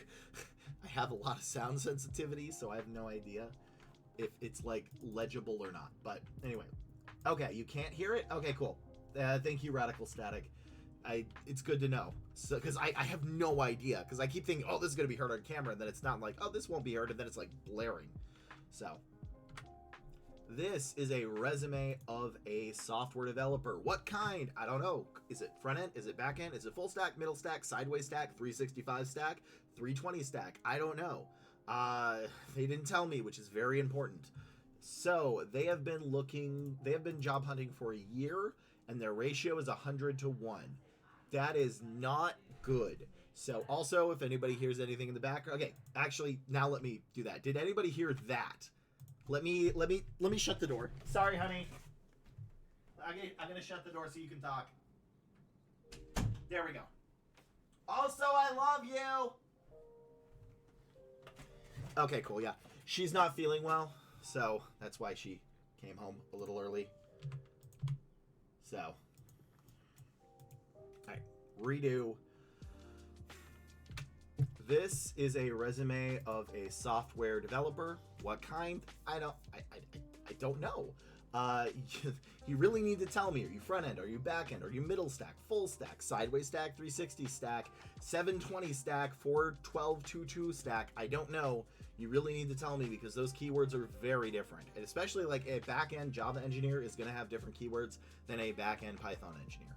So the main thing I'm going to be looking for, since I could not tell the keywords, is specifically what type you are. And that should be so obvious that it slaps me in the face. I'm not doing it hard because I am a gentle being. So this person their ratio is 100 to 1, which is definitely not good. Truthfully, software engineering, real bad right now. 75 to 1 ratio is going to be considered a C-, a passing grade, but barely, because the market is that bad. But 100 to 1 and they've been job hunting on and off for almost a year, that's not good. Also, they said there's only like a few positions they have qualified for. That's weird. Also, that's what they told me. They've been job hunting for almost a year. I don't know why this thing immediately says they've been employed for a year. I don't know. Maybe we'll figure it out. So anyway, let's go to the resume. So developed UI components, web servers, and database code, JavaScript and C, and a Java agile environment for software is used to create 78% of healthcare records. That's better. I assume this is full stack. Code design and developed on a passion system uses C# and JavaScript. After talks with customer organization, revealed this was done manually. TypeScript. Lit a partial rewrite of code base for population from Visual Basic to C. SQL, TypeScript. I think this is full stack. Developed a patch for a database bug of files being processed.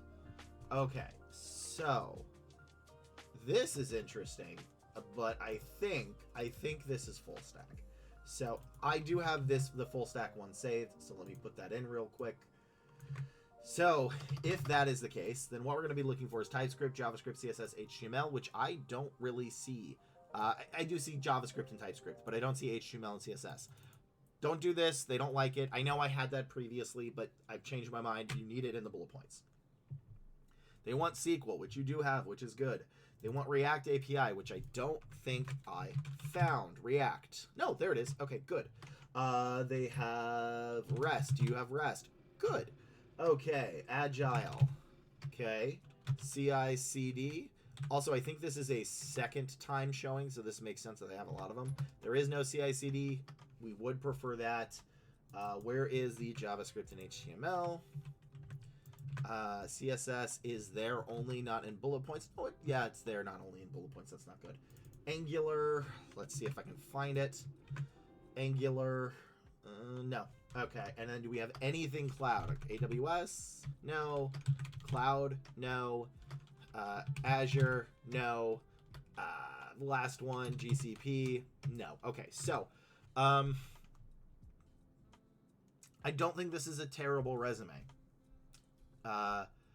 What you do need to do is I think you could just say code base. This is, I feel like this is slightly, you could just say using or system in, but I'm primarily missing cloud, CI/CD, and JavaScript and HTML here. In addition, what I would recommend is instead of just saying software engineer, say full stack software engineer at X.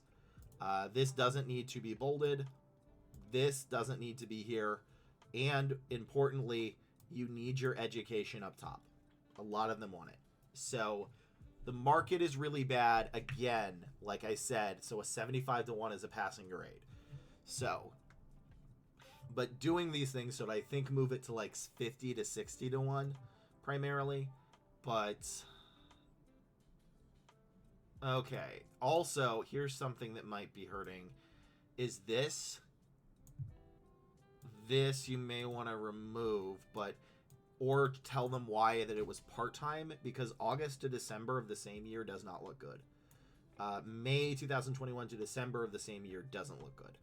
That can kind of give you the appearance of a job hopper with both of these. So unless you stay like part-time or something like that, because let's see, 2021, yeah. They would get confused by this one. This is the one I think you may want to drop out. But if you do have Node and everything, you want to put it elsewhere. So overall, I don't think this is terrible. The software engineering market is just that bad. You just need your education up top. And like I said, add those couple of keywords and you should get that ratio to a more acceptable level. In addition, this also might be by the time you're applying, the jobs have already been filled. You want to search by most recent, not necessarily by relevant. And Indeed and LinkedIn do have a thing where you can search by recent, because the faster you apply, the better your chances. Because if you are number 732, it's very possible you may not get seen before they find a candidate. So that is my review. I would actually say this would pass. And I think a lot of managers would. You just need to, like I said before, add the education up top, show that this is a full stack engineering position, move some of these to here, and anything with cloud. Truthfully, I think the cloud is probably holding you back a lot because I don't see that here. So that would be my advice, and let's move on to the next one. Good, that one recorded. 64-2 M. Hold on a sec. I'm gonna go tell my fiancée that you said to get better soon. So.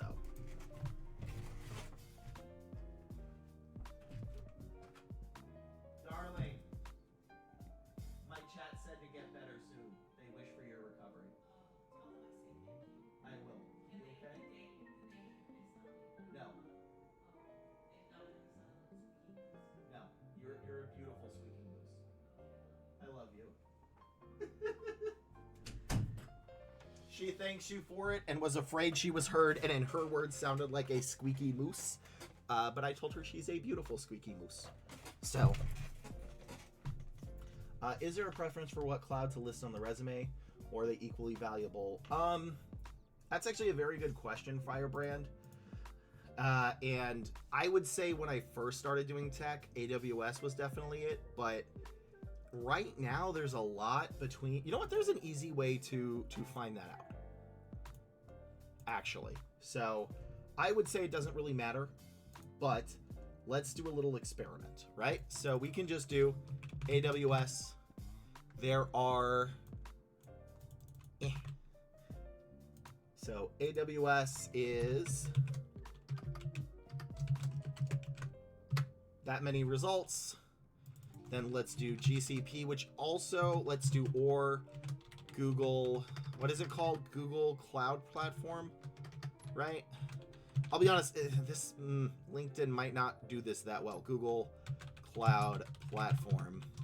I'm a little sus on how There are 34K results for GCP, although admittedly, the Boolean searches for this may not be accurate. So, and then we have Azure. I think I say that right, which is this. So, yes, I'd say there are double the amount of jobs with AWS in them. So, AWS, I guess, is the most popular. I assume the GCP is actually going to be more than that, but I think you'd be okay as long as you do that. Thank you, love. Thank you for subscribing. I love you.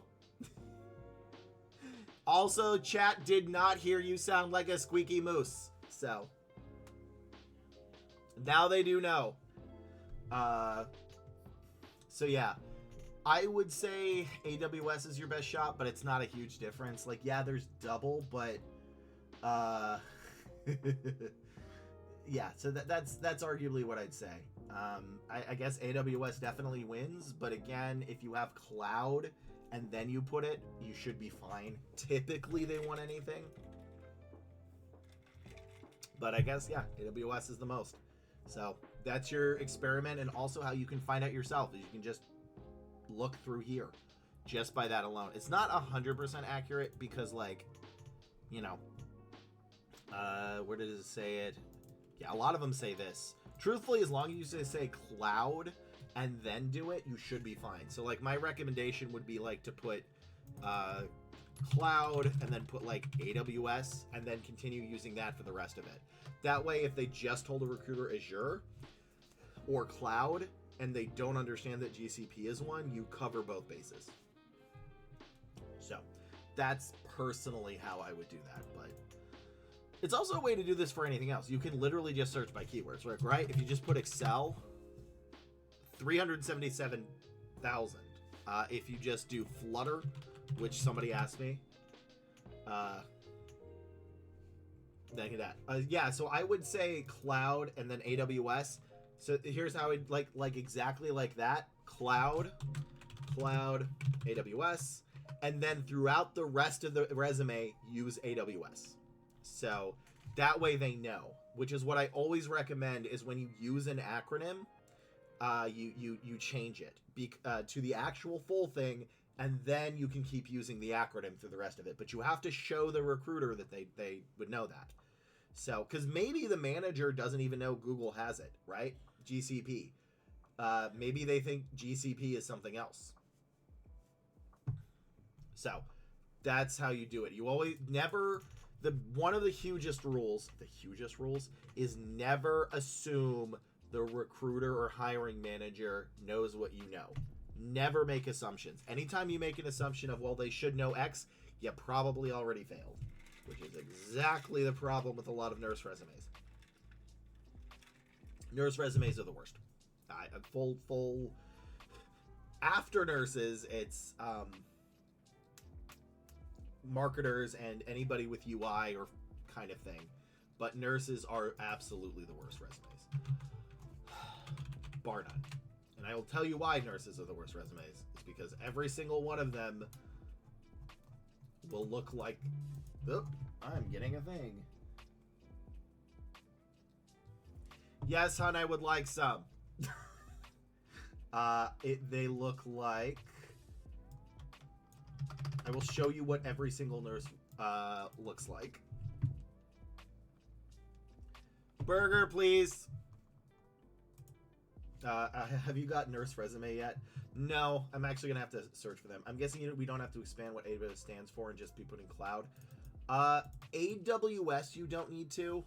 GCP actually is a benefit because you can put Google Cloud Platform GCP. Google actually has cloud in it, so that's fine. But this is what nurses look like.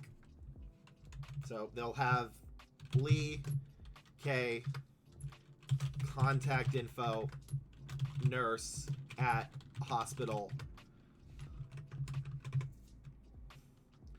2023 to 2025. That's a nurse resume. almost every single time that's a nurse resume. It's like just that. Oh, they'll put like also education at college. Yeah, it's to the point where I can't, like, seriously, if you get nurse resumes, which props to you, they're very hard to get.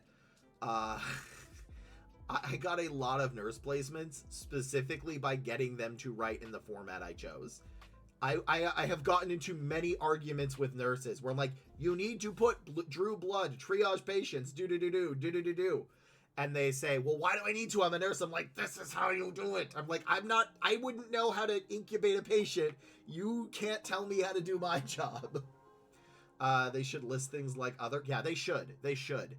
I mean, admittedly right now, nurses are so hot, you could probably do this and still get a job, but, oh, or the hiring manager either. It's like nurses right now are, do you have a valid license? Do you have a pulse? You're in. But it wasn't as bad when I first started. But yeah, most nurse resumes just look like this. This is all they have. Or be like,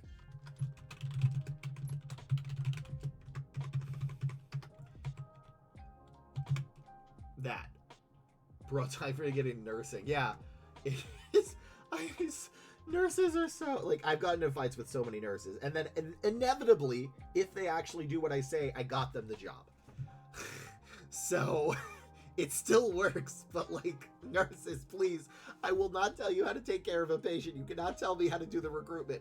You would not be like, well, why would you do X to your plumber, or why would you do X to the dentist? So yeah, those are why they are the worst resumes.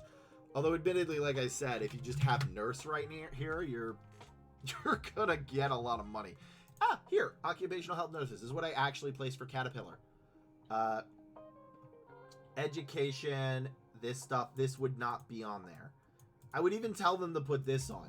This is the equivalent of writing CSS for JavaScript.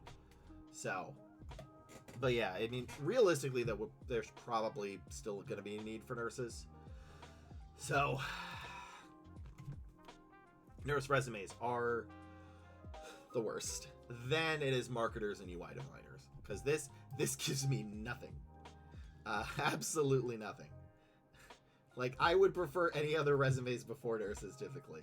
So, let's see. What is the next resume on the docket?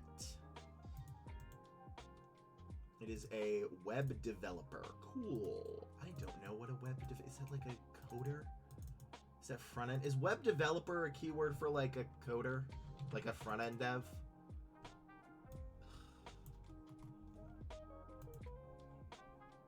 Yeah, no worries. Like, I want to... Because I keep mentioning why nurses have the worst resumes, and I wanted to show why nurses. Could be full stack? Okay, great.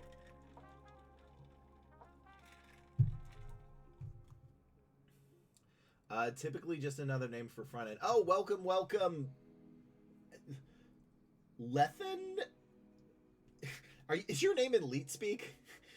Thank you, though. I do appreciate it. Lethal. Duh. I used to write everything in Leet Speak. I should have known that. That's on me. You know what? Let me give my gamer tag. Here, there's my gamer tag. I'm sorry. I have to turn it back again. Lethal makes sense. Although, again, dyslexic. But welcome to the chat. Welcome to the chat. Okay. For a web dev, so it's... Okay, I just gotta check to see... I do believe you that it's front-end, but... Okay, yeah, it's just front-end developer. I have that saved up, at least. So I don't have to... Because, again, the hardest thing for me is to actually look up the keywords before. Because that's the part that I really need to do. And it's really tough, because... Typically, I would ask the manager for these things, and it'd be more accurate. So, okay, everybody's saying front-end dev. I will trust y'all. So it is front-end dev. Yeah, I already see it. JavaScript, COBOL. Ooh, COBOL. That's actually powerful. Web dev front-end might depend on the person who wrote the post. Also true? Nah, they got SQL in there. It's still a keyword. Mainly because a lot of stuff is moving to full stack. Let's see. Struggling to get interviews. I'm applying to tech jobs via Indeed local companies. not big companies. I would be happy to have feedback on my resume. Okay.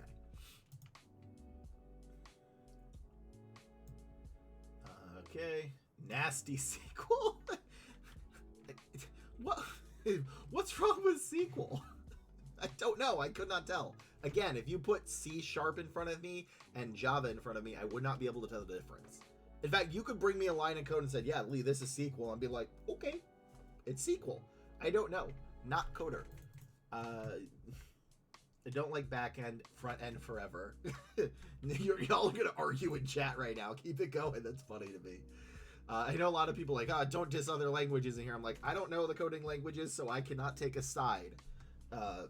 And they all sound made up to me. In fact, you could make it up. You'd be like, yeah, I would have thought Datadog would be made up. No, it's like, yeah, I'm a great coder in baked potato. And it's like, okay, with sour cream, I think you're messing with me. But if you just said I am a great coder with baked potato, I'd believe you. So yeah, what Lethal? What is your language that you prefer? As long as we keep it not mean-spirited, I'm okay with people talking about different languages because I wouldn't know the difference. So let me do this resume. Let me fix the formatting. Boop.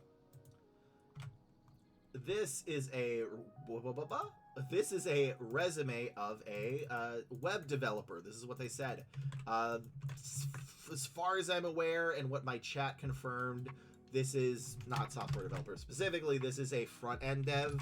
So that is the common colloquial term, web developer / front-end dev. So what we're going to be looking for is JavaScript, React, Angular, JSS. There's only one S there. Angular JS, HTML, CSS, and PHP. SQL, Scrum, Agile, REST for APIs, SEO, WordPress, Git, Docker, Jira, and any other extra languages, Cloud, UI, UX, SASS, that is one. That was the one I think 2 videos ago. I thought it was SAS, but that is not SAS. That is not SAAS, that is SASS, which is actually kind of important.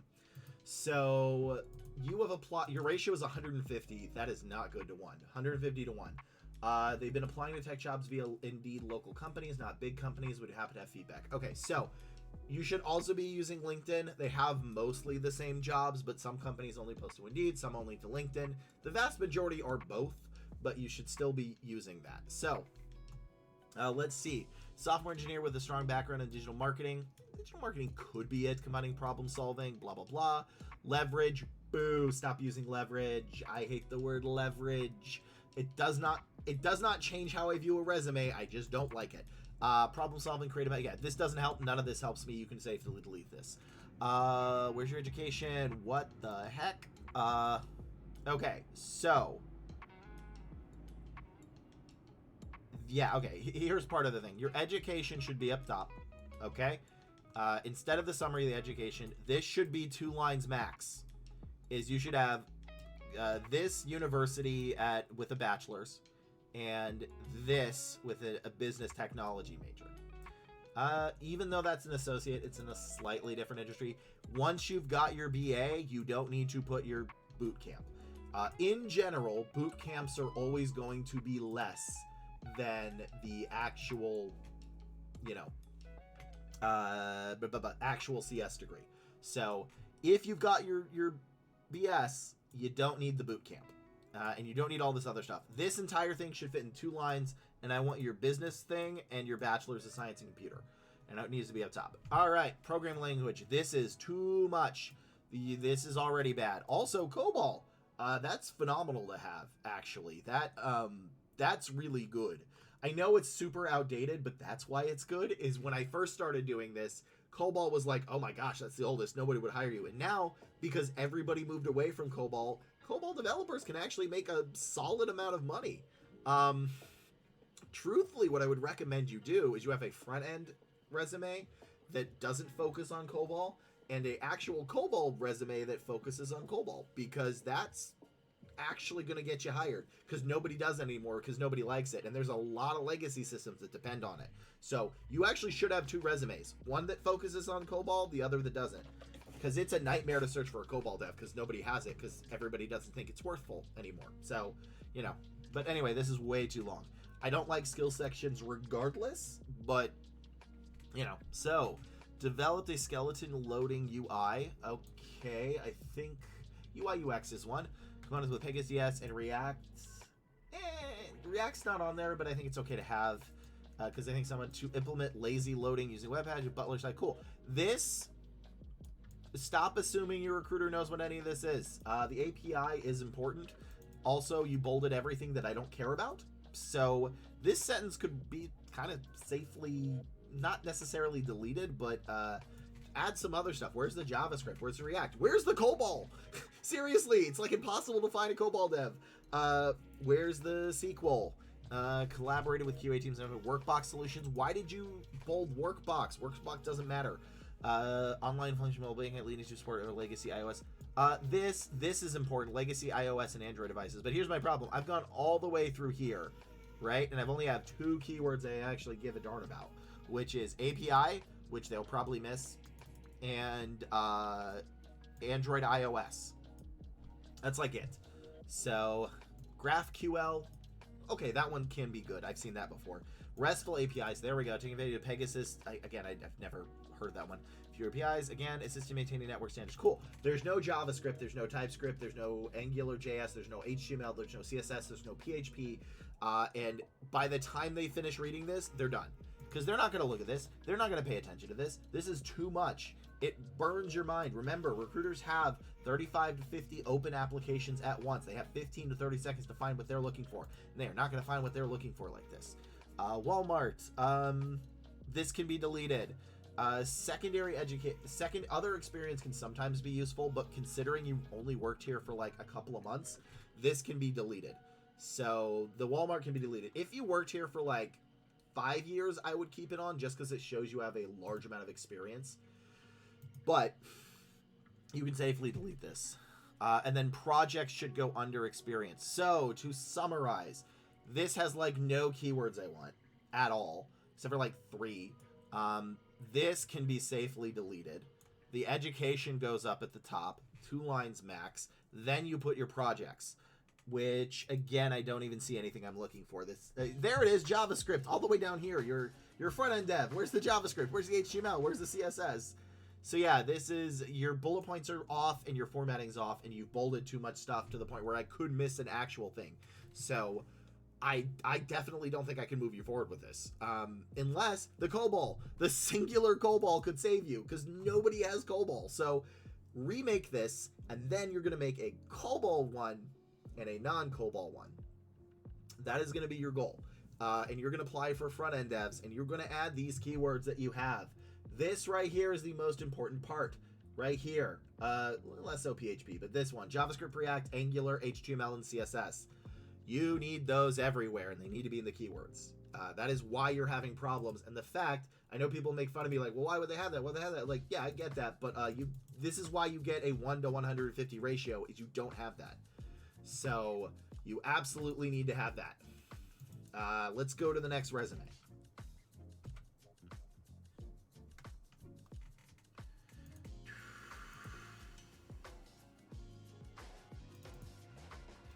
Did that not record either? Is my recording not working? Am I not pressing the button? Oh, I gotta do this twice. Okay, I'm not doing that again. I need to make another thing in my email real quick. Oh, that's brutal. What is going on? 3 hour mark. Okay. Forgot to record at the bit and that, and this is resume 64.3. Is it sticky? Is my key not working? Am I not hitting it? 64.3 at the 3 hour mark as well. Same stream. That's gonna be annoying. Ugh. Okay. Well, anyway. Let's see. Front end dev. I've missed chat. SQL sucks. It's good spirited. Respect to the back end devs for doing stuff I don't want to. What about recruiters reaching out to you on LinkedIn? Is that a good way to move yourself in the queue? How valuable is it when they reach out to you? Guarantee is an interview through them. So, ding, ding, ding, leverage bell. If a recruiter reaches out to you, that actually gives you a better shot at the queue because that's an external recruiter typically. So, yes, if a recruiter reaches out to you about a role, that is a much better chance of getting directly to the manager. if the recruiter is not good, then that won't happen, but you don't really know that until you let them do their stuff. Had a coworker who loved the word leverage, used it 20 plus times in a 30-minute presentation. Can't you just cut the Twitch? Yeah, I can cut it, Clem. It's just annoying. It's extra work. That's all it is. I can do it. It's just annoying.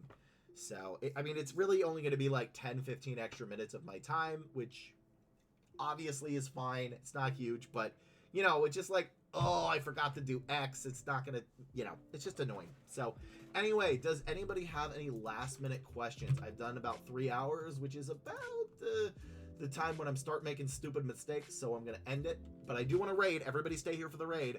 I want to make sure we raid. Raiding is good. Raiding is how I get more people. Say that to Ninjagatto. And love with an O. So, let me know if you have any last minute questions. Otherwise, I will be here again on Monday at the same time, 11 o'clock PST. So yep, there it is, love. Also, remember, if you follow me, you get the bear emote. You get bear emote. So, did I, like, do this? What if it's an internal recruiter? Does that... Oh, yeah, if the internal... Okay, hold on. Before we raid, I need to answer that question by Firebrand, because that's a huge thing. So, let me go back to where that is. If an internal recruiter reaches out to you, they're the ones who decide the queue. Like, if an internal recruiter reaches out to you, Firebrand, you do what they say, because they're the one who controls the queue. They're the one who actually manually rejects and moves people forward. So yes, an internal recruiter reaching out to you is basically, hey, do you want to work at the position I'm currently working on? It's very rare that internals actually do sourcing, which is what that's called, or passive candidate outreach. It does happen, it's just rare. So yeah, bear chill. So yeah, definitely follow them if they do that. That is what you want to do that. So let's see, who am I raiding? Let's see, we've got this guy who's another ginger. We've got, I'm not raiding the Primogen. He's got like 1 billion people. I think it's going to be, ooh, we got DJ. I like the DJ, but let's do another coder. It's been a lot of coder. This guy also power lifts. So let's do this. I think he'll like randomly power lift in the thing if you do it. So, yeah. So we're going to go here. We're going to raid because I need to stick with other gingers. Not really. But yeah, and he does coding stuff, I think. He's doing Godot, I think, which is like game dev. Anyway, thank you all for joining me. I'll see you on Monday. So, to raid we go! Whoa. Okay, that was bad. See you all on Monday.